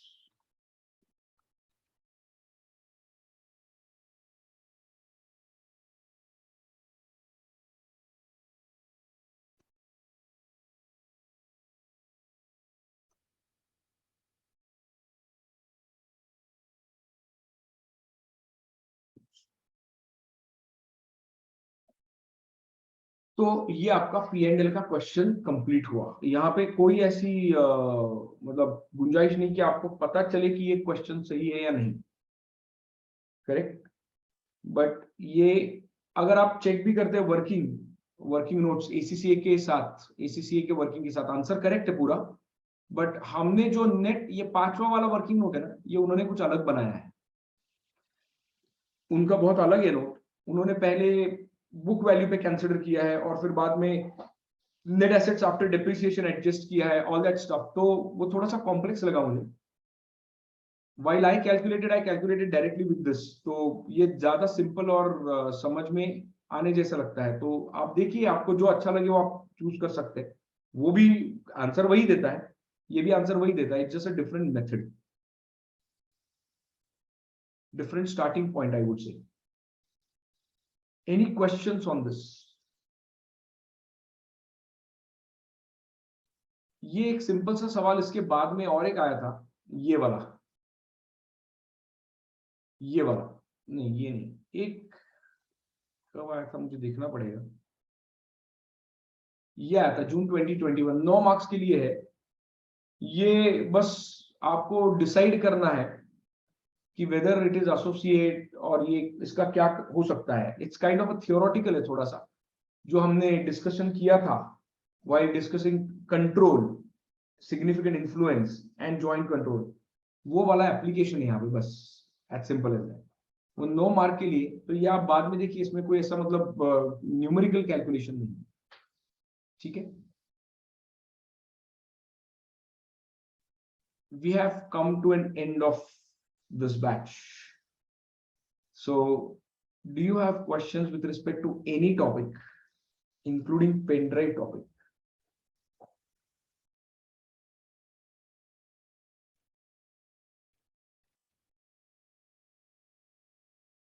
पढ़ाई कैसे करनी है, ये रोहित को है। So I was just wanted to ask, like pen drive का जो data है, can we move it to the mobile? क्योंकि वो बहुत like it becomes really difficult. Like you have to log into the laptop. Mobile, like you can go just watching it whenever you. मेरा तो पहले से in fact यही ये था कि ये मोबाइल पे मैं देख सकूं तो अच्छा रहेगा, but just give me a moment.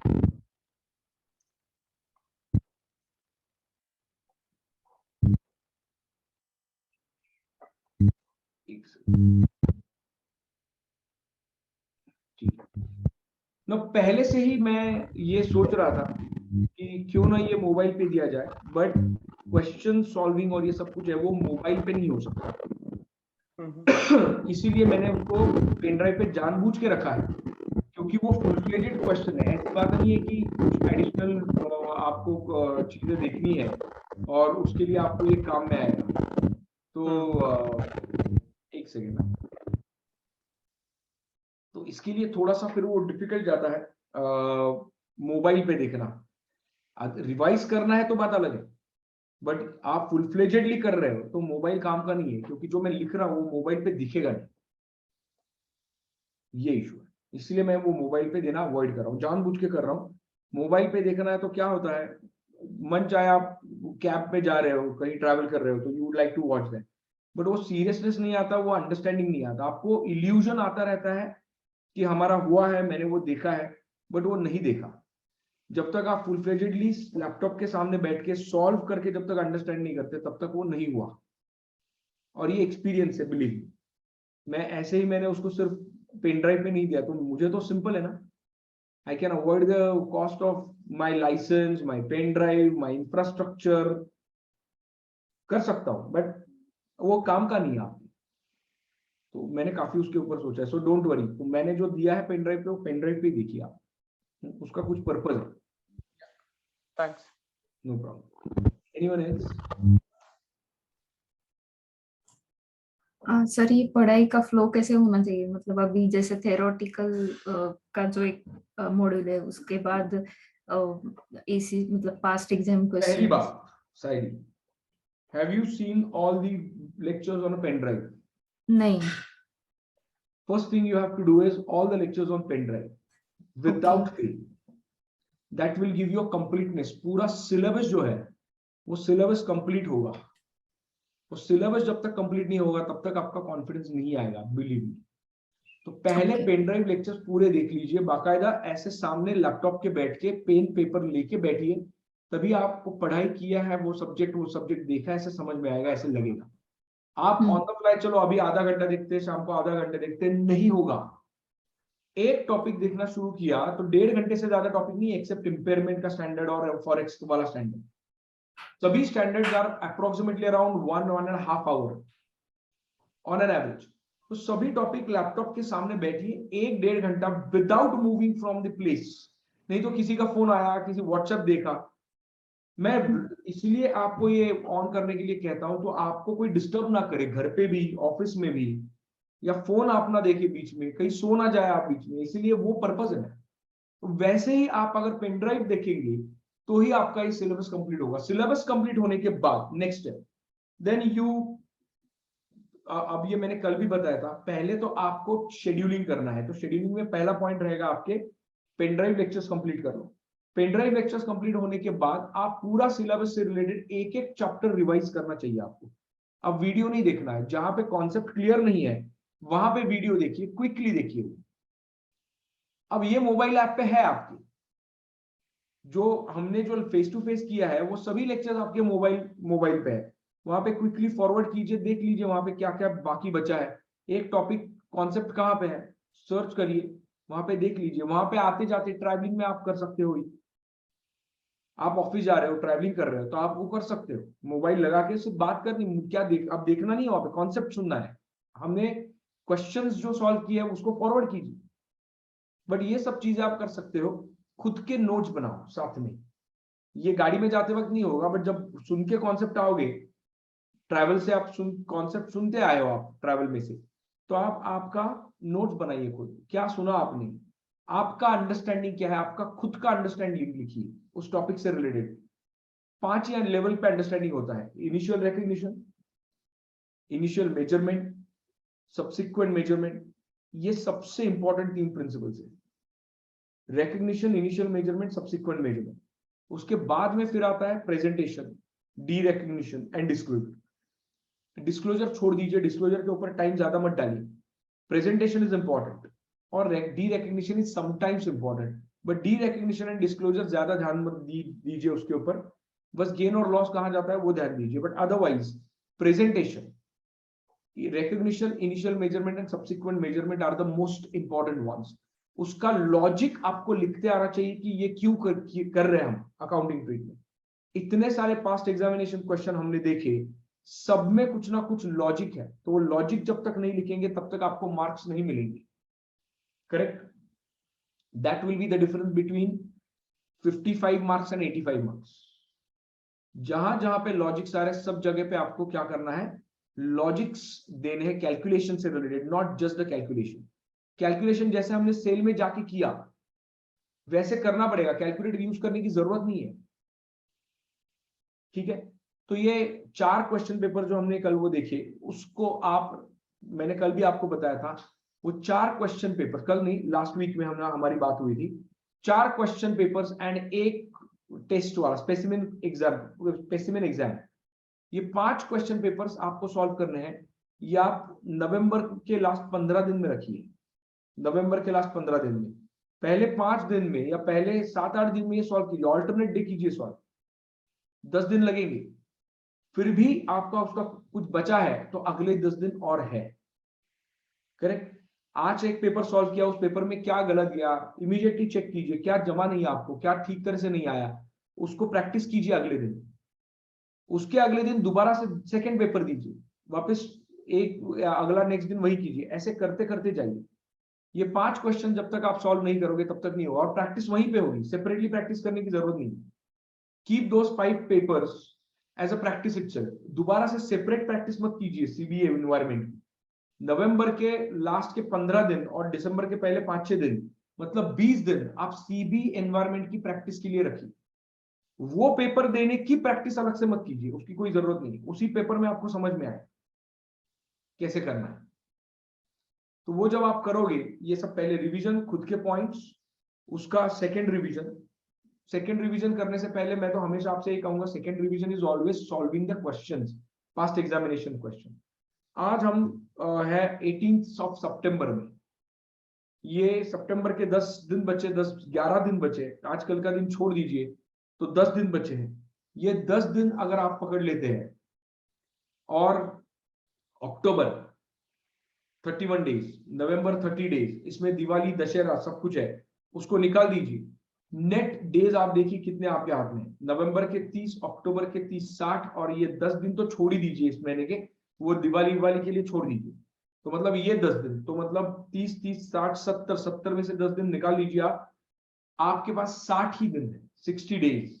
उसमें से 1 महीना पूरा पास्ट एग्जामिनेशन क्वेश्चंस, 1 महीना पूरा revision and pen drive lectures, और जो बाकी के दिन जो नवंबर के उसमें से 15 दिन निकाल लीजिए, तो आपके पास एक्चुअली पूरा 30 दिन नहीं है पास्ट एग्जामिनेशन क्वेश्चन के लिए।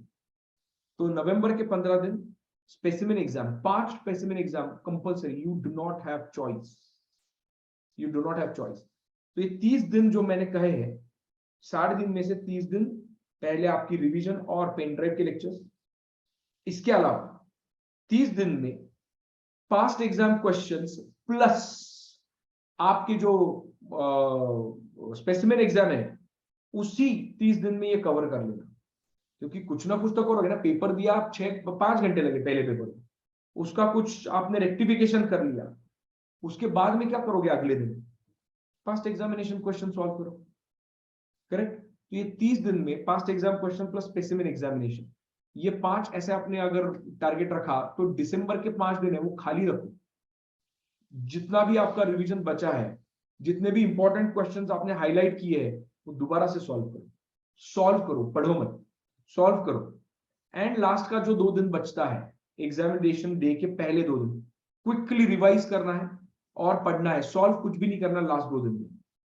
लास्ट के 2 दिन में कुछ भी सॉल्व नहीं करना, सिर्फ पढ़ना है जो भी इंपॉर्टेंट है, जहां पे हाईलाइट किए है, फ्लैग ऑफ किए है, पोस्टेट लगाई है, वो पोस्टेट्स वाले पेजेस को जब क्या कर रहे हैं आपको बस रिवाइज करना है, ठीक है।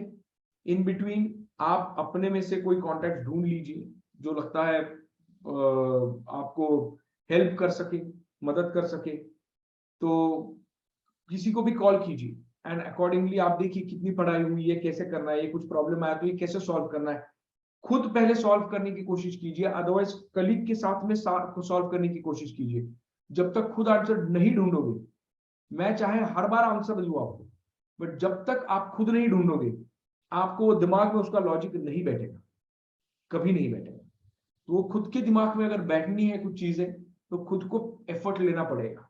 आप अगर सवाल आता है और डायरेक्टली मुझे व्हाट्सअप करते हैं पैरेलली कि ये सर ये सवाल है, मैं तो आंसर दे दूंगा, एक दिन में दूंगा, नहीं तो दूसरे दिन दूंगा, बट आपको क्लैरिटी नहीं आएगी, आपको लगेगा कि क्लैरिटी, बट वो इल्यूजन ही रहता है, वो हमेशा ध्यान में रखिए, ठीक है।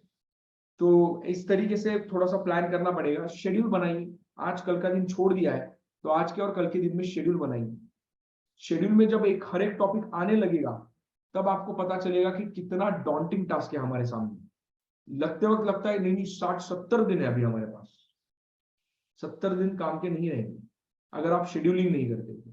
शेड्यूलिंग करने के बाद आपको पता चलेगा कौन से दिन कौन सा टॉपिक आ रहा है, तो आपको पता चलेगा कि और 1 महीना और चाहिए, तो फिर भी आपको थोड़ा क्लैरिटी आएगा। और सुबह उठने के बाद ये सवाल नहीं रहेगा कि आज क्या पढ़ना है, शेड्यूलिंग हुआ तो। शेड्यूलिंग नहीं हुआ तो फिर हमेशा वो टॉपिक लिया जाएगा जो आपको पसंद है, जो आपको समझ में आया है, या उसके आसपास वाले टॉपिक। जो टॉपिक समझ में नहीं आया, जो डिफिकल्ट जा रहा है, वो टॉपिक कभी नहीं उठाओगे आप अगर शेड्यूलिंग में नहीं है। तो शेड्यूल इस तरीके से बनाइए, तो पहले जो नहीं आते टॉपिक उसको उठाइए, उसका रिवीजन कीजिए, तो वही वाले टॉपिक उठे सुबह तो पता है आज ये टॉपिक करना है, देयर इज नो चॉइस। और उस शेड्यूल को स्ट्रिक्टली फॉलो कीजिए, स्ट्रिक्टली फॉलो कीजिए। शेड्यूल की प्रिंट बनाइए, उसको आपके रूम में चिपकाइए, आपके ऑफिस में चिपकाइए। वो टॉपिक होने के बाद उसको स्ट्राइक ऑफ कीजिए। स्ट्राइक ऑफ होने के बाद एक सुकून आता है, ऑल इज वेल, ऐसा एक फीलिंग आता है, चल रहा है ठीक। तो वो वाला फीलिंग आना बहुत जरूरी है। तो जैसे जैसे डेली एक एक टॉपिक स्ट्राइक ऑफ होता जाएगा, वैसे वैसे आपको अच्छा लगेगा, बट वो होना चाहिए। नहीं हुआ तो इट्स अ पेनफुल। उसका दूसरा साइड भी है, that will add up to your stress a lot. So if you have planned something, then plan it and execute it. Do not keep it just lagging behind. एक आध topic lag behind रह गया एक आध दूसरे दिन से, तो चिंता मत कीजिए, उसका स्ट्रेस मत लीजिए। एक आध दूसरा टॉपिक ज्यादा से ज्यादा लैग हो सकता है, 1-2 दिन लैग हो सकते हैं, 2 दिन से ज्यादा लैग नहीं होना चाहिए, 2 दिन से ज्यादा लैग नहीं होना चाहिए, नहीं तो फिर वो अलार्मिंग सिचुएशन है, ठीक है। Then you are not following what you are actually planned, तो फिर लास्ट में पूरा वो कैस्केडिंग इफेक्ट आएगा, एंड देन फिर you will lose temperament under stress and you lose confidence completely. So never do that, ठीक है। Any other question you have? Sir ये जो सीबी एग्जाम्स हम दे सकते हैं एसीसीए की वेबसाइट से, तो कितने भी टाइम्स दे सकते हैं ना, ऐसे नहीं कि एक ही बार। कितनी भी बार दे सकते हो, ओके। बट मिनिमम 5 क्वेश्चन से 5 पेपर्स है तो 5 तो दीजिए, ठीक है। Any other question? सर अपन जो ये जो पीपीटी देख रहे थे ना, जिसके ऊपर से आप ये पढ़ाते हैं, पीपीटी शेयर कर सकते हैं क्या? सॉफ्ट कॉपी में हाँ, सॉफ्ट कॉपी में। जरूरत नहीं है उसकी कुछ, एंड वो थोड़ा सा क्या होता है, सॉफ्ट कॉपी एक बार फैलना शुरू हो गया तो सब जगह पे जाता है वो। बुक के भी प्रिंट्स है, जेरोक्स कॉपीज, तो मजा नहीं आता फिर ऐसे। मोस्ट ऑफ द एग्जांपल्स वही के है ना, वो थोड़ा सा समझने में ज्यादा इजी मैं है। आपको बताता हूं कि ये पीपीटी वैसे काम का नहीं है, क्योंकि आपके पास प्रिंटेबल फॉर्मेट है। प्रिंटेबल फॉर्मेट में जो पेज चाहे जब चाहे निकाल सकते हो। वही अगर आपके लैपटॉप में है तो फर्क भी क्या पड़ता है। चलो मान लो कि मैंने आपको आपके साथ शेयर भी कर दिया, what difference it will make. It is always better to, book में से पढ़ाई करोगे तो वो और भी अच्छा होता है। आगे पीछे जाके थोड़ा सा देखोगे और कुछ, ये टॉपिक बचा है वो बचा है, ये भी होता है। मैं आज भी, मेरे पास आईएफआरएस के बेयर टेक्स्ट के सॉफ्ट कॉपीज है, बट मेरे बुक्स भी मंगवा के रखी है आईएसबी से, जो बुक्स ही पढ़ता हूं हमेशा। उसका एक अलग फायदा है that you don't have to look at the screen always, नहीं तो आंखों के लिए भी प्रॉब्लम है, that's a different thing. But apart from that, if you have a book, it's always easy to quickly take the book at any point of time. It's just that you cannot carry everywhere. That's the only drawback. But आपके पास book है ही, छोटा छोटा book है, तो आप carry कर सकते हो। Anything else?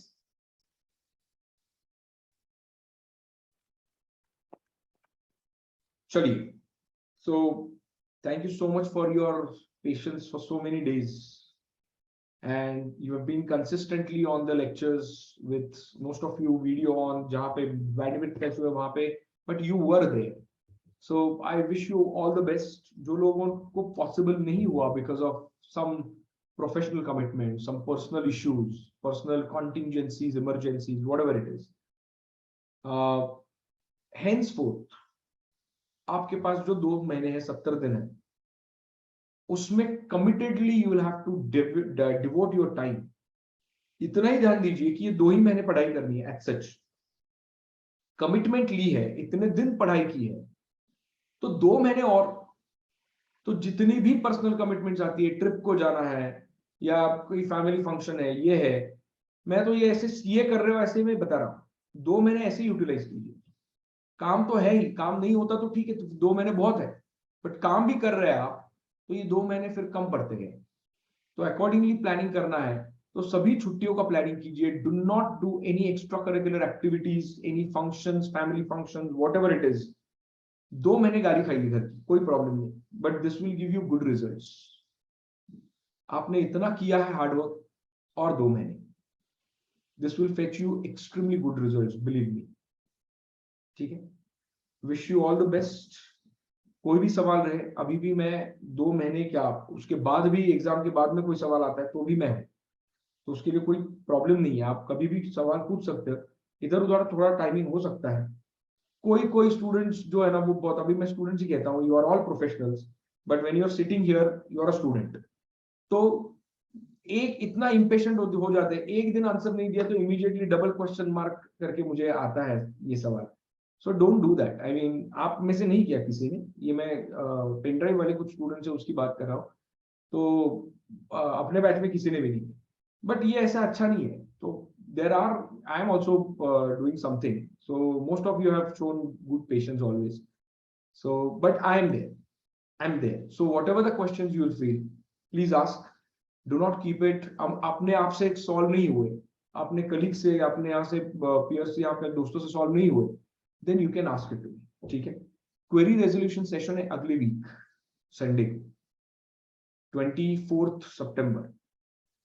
पढ़ाई कीजिए एक हफ्ता, टॉपिक्स कौन से हैं उसका मेल भी आपको आया है, तो वो टॉपिक से रिलेटेड क्वेश्चंस डिस्कस करने वाले। आपके क्वेश्चंस बिफोर हैंड, एक दिन पहले भी आपने भेजे, तो मेरे लिए वो रेफर करने के लिए अच्छा हो जाता है।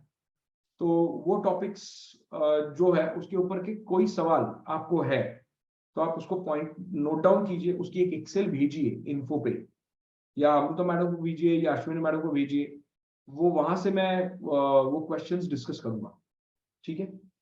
तो अगले संडे जरूर आए, मतलब generally it is for the pen drive students, but ऐसा कोई रेस्ट्रिक्शन नहीं है। इफ यू आर स्टडिंग, ये पहला सेशन है तो यहाँ पे ये क्वेश्चन सॉल्व होंगे, दूसरा क्वेश्चन अगले महीने में रहेगा, दूसरा सेशन अगले महीने में रहेगा, ठीक है। तो वहां पे भी आप जरूर आइए। तो अगला मेल चेक करते रहिए। ACCA का रजिस्ट्रेशन हो चुका है, एग्जामिनेशन सेंटर्स जल्दी से बुक कीजिए, अगर मेल आया है तो keep eye on mail from ACCA, ठीक है। चलिए मिलते हैं अगले संडे क्वेरी रेजोल्यूशन सेशन में। Bye bye. Thank you. Bye Bye. Bye. Thank you, sir. Thank you, so sir. much. Bye. Bye Thank Thank you, sir. Thank you। Bye. Bye. Thank you. Bye bye. Thank you। Bye। Thank you. Bye bye. Thank you। Bye bye।